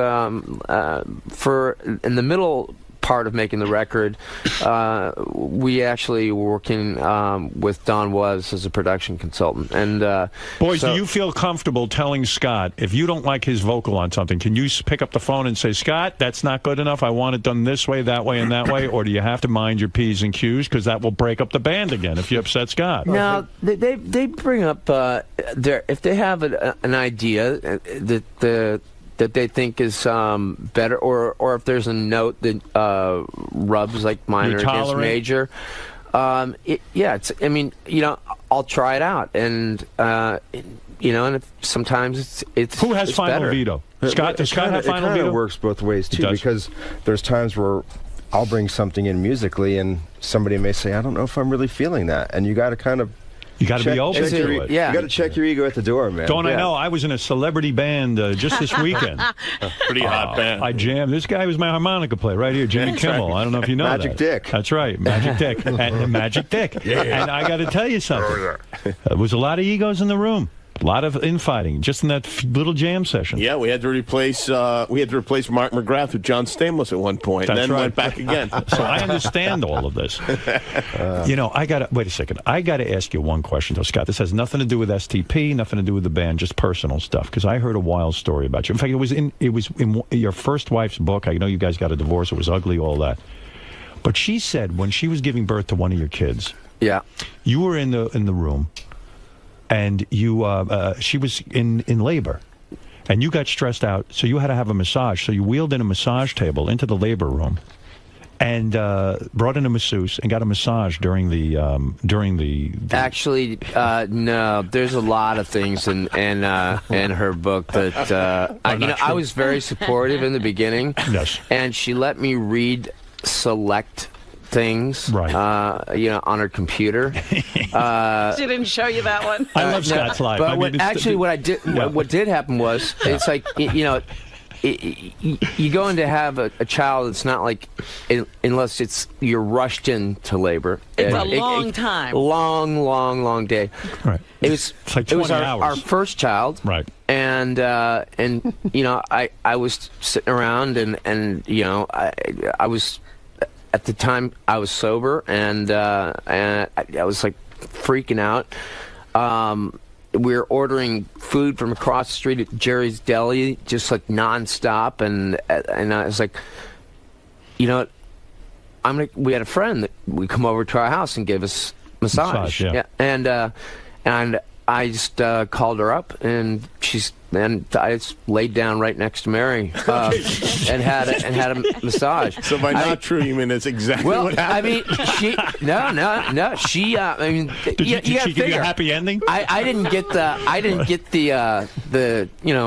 Demerol to kill the pain, Did you finish? Did she give you a happy ending? No, nothing like that. That'd be wrong. Too much. That'd be too much in front of your babies being born. Yeah. You know why it's funny? Because usually when the husband is in there in the delivery room, I had to go through the same thing you did, and it was stressful. In fact, It's the greatest thing I ever heard. My ex-wife got mad at me because I was watching Candid Camera during the delivery. What would she have done if you had gotten a massage? She was angry and I was laughing. If I got a massage, I would have been stabbed right through the throat. I'd be dead right now. You would have died. You see, that's what I love about you. And I know the boys in Stone Temple Pilots, they've had listen, you guys have had your differences, but what I love about you is you do what you fucking want to do. I mean, most men would be afraid to bring a massage table while the woman is in labor. No, it was before she actually went into labor. Right. I mean, the early stages. Yeah. I'm saying even still, to be that relaxed even in the hospital, in front of the staff and the nurses and everything, that's the beauty of you. You're still making it about you. Yeah, it was more about you than her. No, actually, it wasn't. I just wanted to be in a calm place, like when it all went down. I love you. I don't know, man. Scott, it's crazy. I'm so happy you guys are back together again. I love it. I never thought it would happen, I'll be honest with you. I thought it was over. But I even said to Robin many times, I said it to Jimmy even, I said, these guys are the greatest I'd say top 5 greatest bands in America. Every time they get back together, I tell them they can't break up again. They don't listen. Yeah, they are great. They really I are. mean, it's Jimmy's a wonderful got us thing. back together, right? Really? Who got you back? Jimmy did. Jimmy? Well, not me personally, but What did you do? I don't remember. What did I do? I mean, I had you guys on. You're on your show. You came in and said, do you want to get together? Remember that? And that was that? That was that. Wow, look at that. See that? I'm a power broker. You certainly are. But, it's funny with Scott. Whatever band, even Velvet Revolver, listen, there's always... I don't understand what the trouble is. I see you seem like an easy guy to work with. Well, thing is, it's like I didn't get a chance to finish saying... the situation within the band... Velvet Revolver. Yeah. Definitely deteriorated, and from this way that things were when I first joined the band, the things that inspired me. Right. So these guys were not sober at the end, and whereas they were at the beginning? Scott Weiland did not say that. You don't. So, and now this is the new Scott Weiland. I mean, you are sober except for a little drinking. Yeah.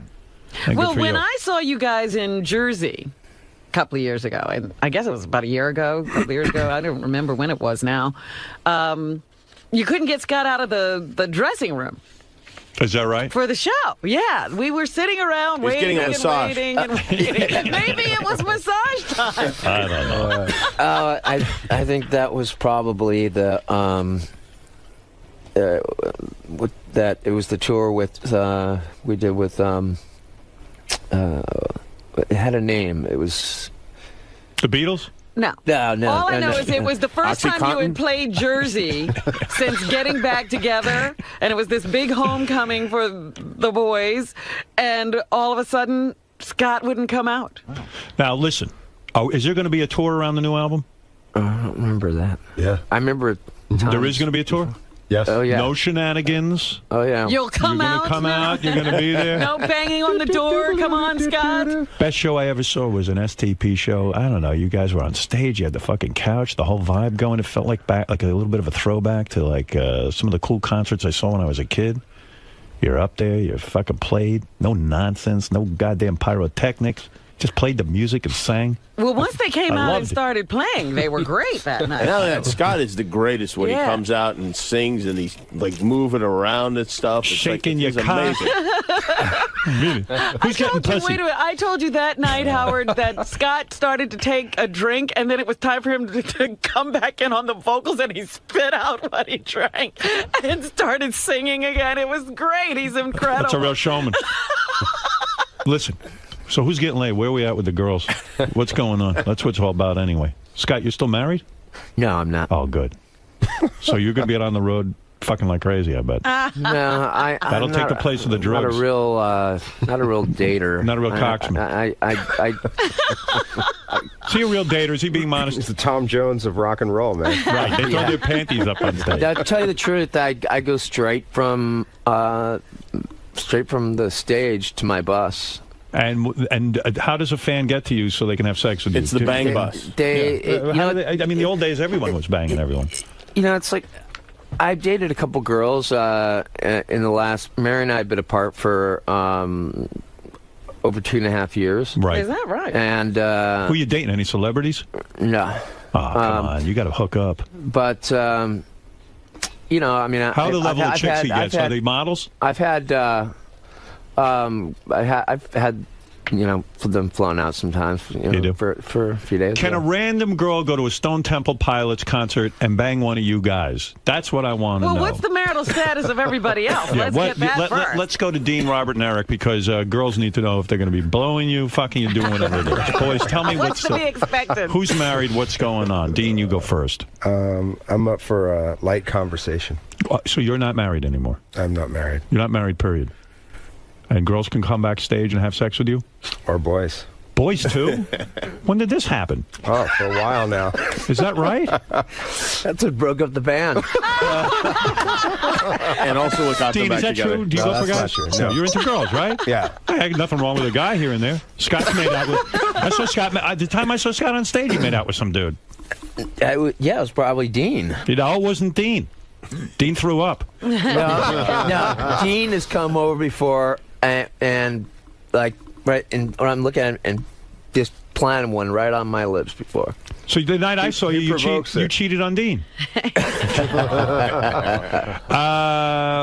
about you two guys? What's going to go on? I'm married with 2 kids. Yeah, Eric's married. Robert, what about you? 10 years married. Just had my second son on Friday. I'm sorry. I don't think so there won't be he'll sex for you at the concert. Entertaining women, yeah. All right, so then it's then it's easy to see who's going to be getting laid. Well, listen, I'm surprised that you guys never act like rock stars, then, right? In other words, it's not a womanizing kind of thing. You have respect for women, this kind of thing. Yeah. I'm so sorry to hear that. Chronic masturbator. You know,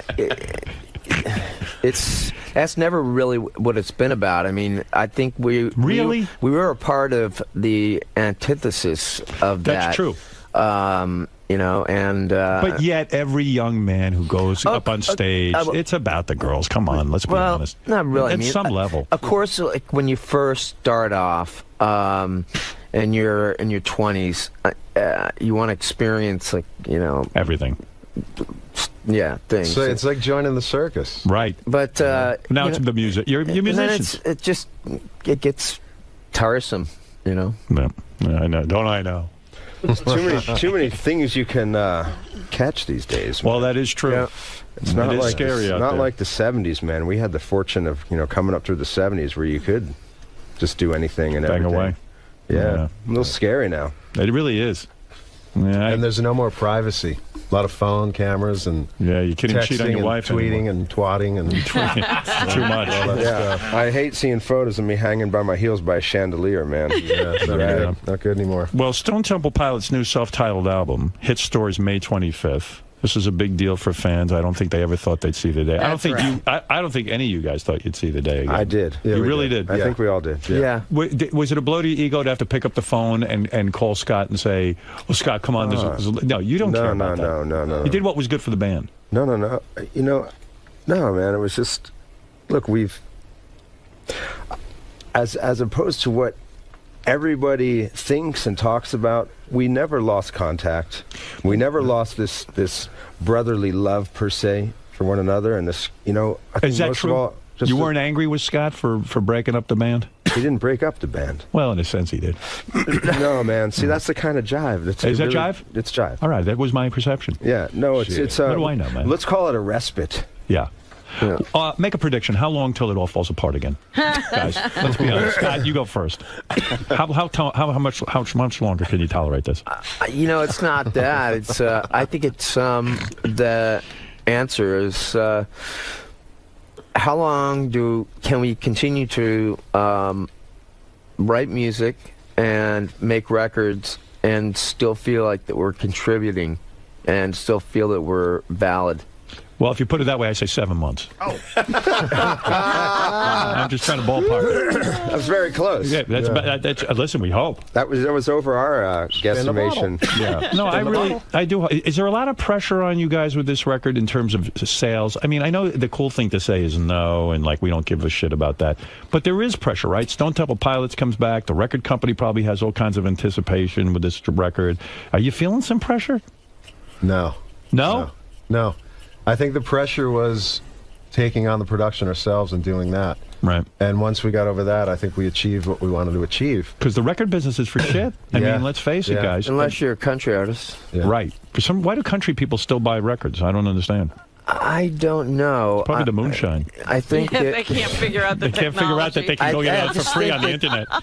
That's our new record. SDP Goes Country. Right. Go shop at Walmart, Best Buy, and those places. And it's weird. Think how cool it was when you guys came up, and now it's like you got to be on American Idol in order to get heard. I think we were one of the last bands that were actually a career band. Yeah. After that, it was just. Everything's gone down. Would you ever be on American Idol? No way, right, Scott? Nope. I did, though, however, go on Nashville Star, Steph and I. Because you thought it was cool? I thought it was kind of a cool thing, yeah. Why not get a band psychiatrist? I'm not making a joke. We tried that one time. Did you? Yeah, we both thought the guy was a... Wow. Little snarky. Yeah, but that's what's good about it, that you thought he was snarky. You take out all your anger on him, let him absorb Did he come with you on the road? No. We met with him. Actually, you guys need one to travel with you. Yeah. We rented out this massive suite. You know what? It was actually the guy that Metallica used. Oh, no kidding? Yeah, really? and it was this ridiculous amount of money. And Really? What's it cost to have the psychiatrist for a whole band? $30,000. What? Is that right? It was a lot of money. Yeah. Oh, man. And then For how many sessions? Put him up at the hotel. Oh, my God. What we decided is when we actually communicate with each other. But that's the idea. We get along great, and we understand. But we're what's the odds of that happening? But it's like as you get older, your lives are more complicated. It's like it's not. Scott, just do you about think it's being these in guys, rock or do you band. think it's you? No, I think it's any band. Any band they go through. It's true. Most of these bands go through. Well, I mean, we've been now making records for almost 20 years. I mean, I wonder why there's so much angst. I can't figure it out. Do you try talking to somebody like the Rolling Stones to ask them how they do it? Hello, Stones. Guys always pee on my floor when they come over. Do you guys ever talk to the Stones about how they stay together? Talk to other bands. You do talk to the bands? people. Who'd you talk to when you were in trouble, when you were in real crisis? What band do you turn to? Talk to Peter Frampton. Yeah, Frampton. He's alone. He's a solo act. Yeah. That's right. It didn't work out for him. Frampton's Camel broke up. Don was to give a few little tidbits about the Stones and how they managed to keep things together, all these years. So the psychiatrist was no good. We didn't like him. Well, how do you really apply that? Because, everybody's so different. Right. And everybody's lives are so different, and everybody's situations are so different. I think we've just come, we know one another better than we know our own families, man. We've been shoulder to shoulder for... since we were young. That's why I get sad when it doesn't work out easily. Baby. Yeah, you are. Now listen, I'm going to give you a talking to, especially you, Scott. How much? 30,000? This is going to be free. It's going to cost you a dime. That's the kind of guy I am. This is a good thing. This is a good thing. Yeah. And what I'm hearing on this record and the way people are talking, stick with this. There's nothing better than this. You guys are bros. Work out your bullshit. Don't act like a bunch of women. Really. What are you saying? Robin, what's that mean? I don't know. You know what exactly what it means. What are you saying? Don't make out with each other. That'll break up the whole thing. No, seriously. Go in, work, sit together, have fun, and then call it a day. There's nothing to argue about. Oh, man. That's it. Take it's a the break. Secret to Don't life. break up. You got the greatest thing in the world going. You'll grow creatively together. And if you don't, play all the old songs and make a mint. You'll retire to some fucking island. That's it. Now am I getting through it, everybody? Yeah. I think we all agree with you, but the thing is, we are, I'm 42. I'm not, first time I came in here we all came in here. You were in your 20s. I was probably 23 or 24. So your life, I was 14. It becomes way more complicated, and being in a band, the band is part of our lives. You're making it too complicated. But there's Scott, other parts. You're making it too complicated. It's easy. I'm telling you, it's easy. I've learned the secret. Scott, can I ask a serious question of Sure. Scott for a second? This hasn't been serious? What do you think this serious. was? This is an extra I'm serious giving these question. guys advice, Jimmy. Scott, you know that, as an addict or whatever, doing drugs, you can't still drink, right? I mean, you must know that intellectually. No, actually, most people can't, but I actually am able to do it, and it doesn't. I have not had it since I stopped doing dope. I have not had one craving to do dope. Now, when was that?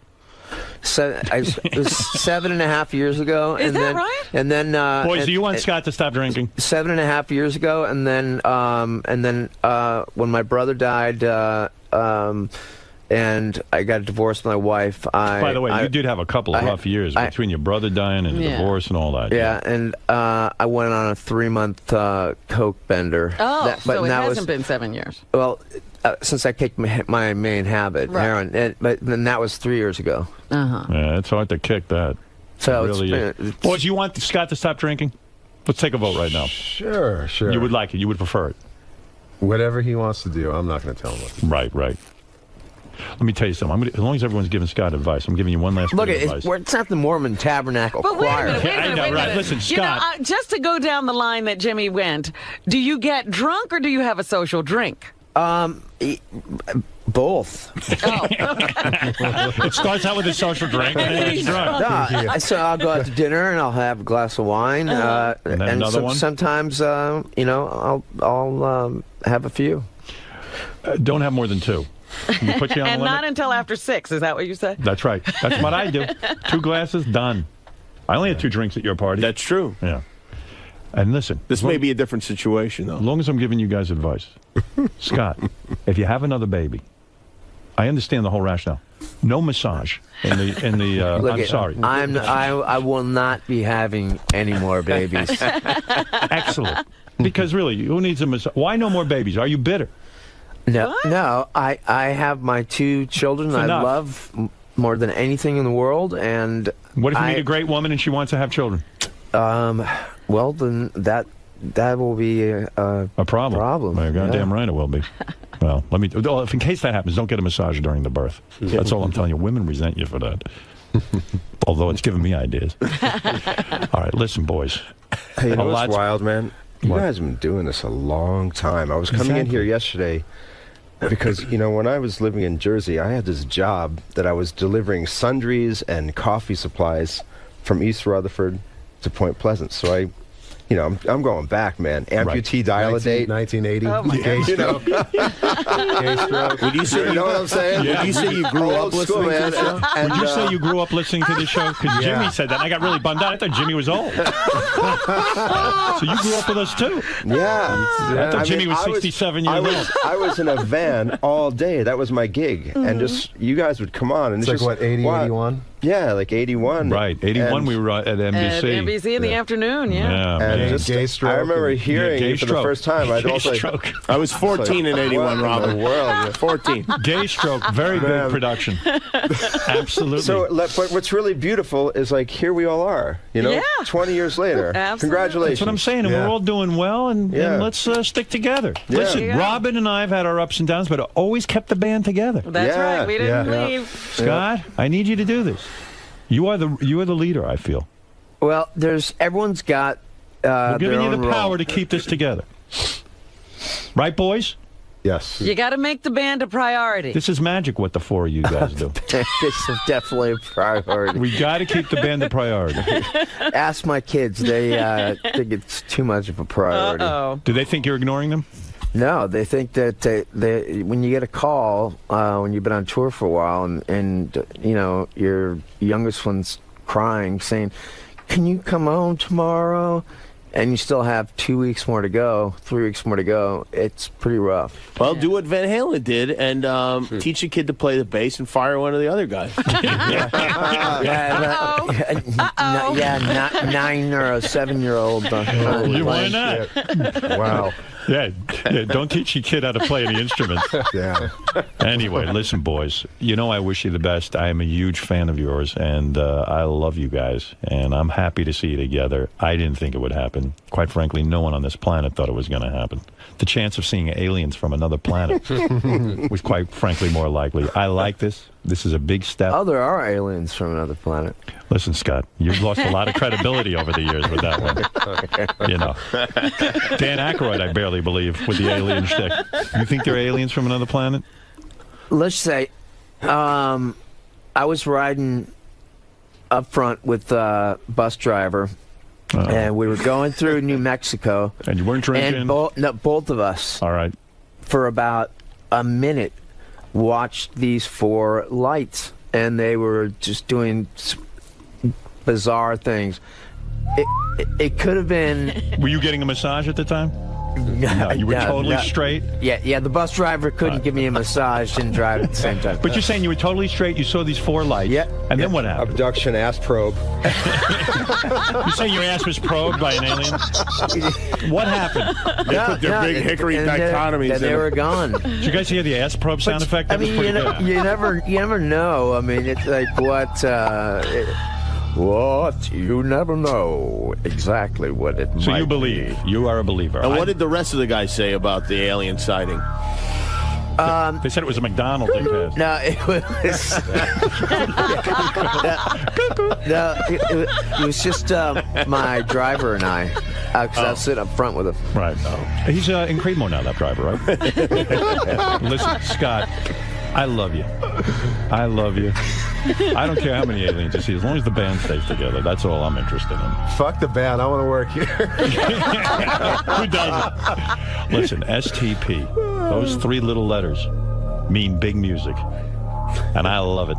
And I'm going to take this album, I'm going to analyze it, I'm going to listen to it, I'm going to be playing tracks from it. Scott, the aliens are calling. Yeah, by the way, that's my band. Stone Temple Pilots. Tell them the story of the Stone Temple Pilot. Of the Aztec, the astronaut. Stone Temple Pilot. You were the one that told me the story that there is. I say you stop drinking, Scott. Aztec temple, right. and Eric had actually. You told me you read something, and there was this thing in there that looked exactly like an astronaut, and they call it. It's called by 2 names: the Stone Temple Pilot and the astronaut. Yeah, they think those were the visitors who originally came to the planet. Blah blah blah. I still say if there were aliens, they would come here and visit. I mean, I don't know why they haven't shown themselves. I don't know why they're all. Yeah, I don't know why they're hiding. I mean, that's my theory. But I don't believe there's life anywhere in the universe except right here. I think that's kind of a selfish way of looking at things. Yes, I'm extremely selfish, and you should know that. You hit on to something, Scott. You finally woke up to my true nature. Scott, I love you, boys. Listen, the Stone Temple Pilots, Scott, Dean, Robert, and Eric, what a band. What a history. Thank you, I'm Howard. proud Thank to you, be Howard. a little part of it just by having been able to interview you. Oh, look at everybody doing the Vulcan sign. You should only see a camera in here right now. It's a room full of nerds. Bunch of geeks. Rock stars. That should be your sign. Whenever things start to go wrong, the live long and prosper sign. Live long and prosper, boys. That's all I'm going to say. I know there's going to be trials and tribulations out on the road. I know there's going to be ups and downs. But let's stay together. We are bros. If there's any problem, you call me. I'll straighten things out. You'll do an intervention? I will do an intervention. You'll come to the scene? The only one Scott listens to is me. You know that. He behaves around me for some reason. I don't even know what. I don't know why. Why is it, Scott? What am I, a father figure or some kind of weird thing like that? I don't know. It's. I think you're afraid of me or something. I'm not. Definitely not afraid of you. Yeah. What is it? What is it with me and you? Why are you listening to me? You know what? I think from the very first time we came here, you actually, even though you make your jokes and that, you gave us a lot of respect, and I sure do. And your crew gave us a lot of respect, and all the people that work with you on your show, and so, it's fun being here. It sure is. You're a good guy. It's great having you here, and I love you guys. And everyone go get the new album, the new self-titled album. All And if right. you want any kind of information and tour dates, you go to StoneTemplePilots.com. And that's it. What can I say? I wish you boys the best. Thank you, Howard. Thank you, Howard. We'll be back right after Thank these you, Jimmy. words. Thank Jimmy, yes. So, guys, how'd it go today? Very good, very good. It's good to be back on the show. Yeah, just not this early in the morning. It's too early for you. Yeah. It was 9 p.m. then. So, Howard, you're really stoked that you guys are back together, and gave you guys some advice. What do you think about that? I think he's got a second career as being a therapist. It's always good to live by the book of Howard. That's all I can say. All right, guys, thanks for stopping by. All right, take care.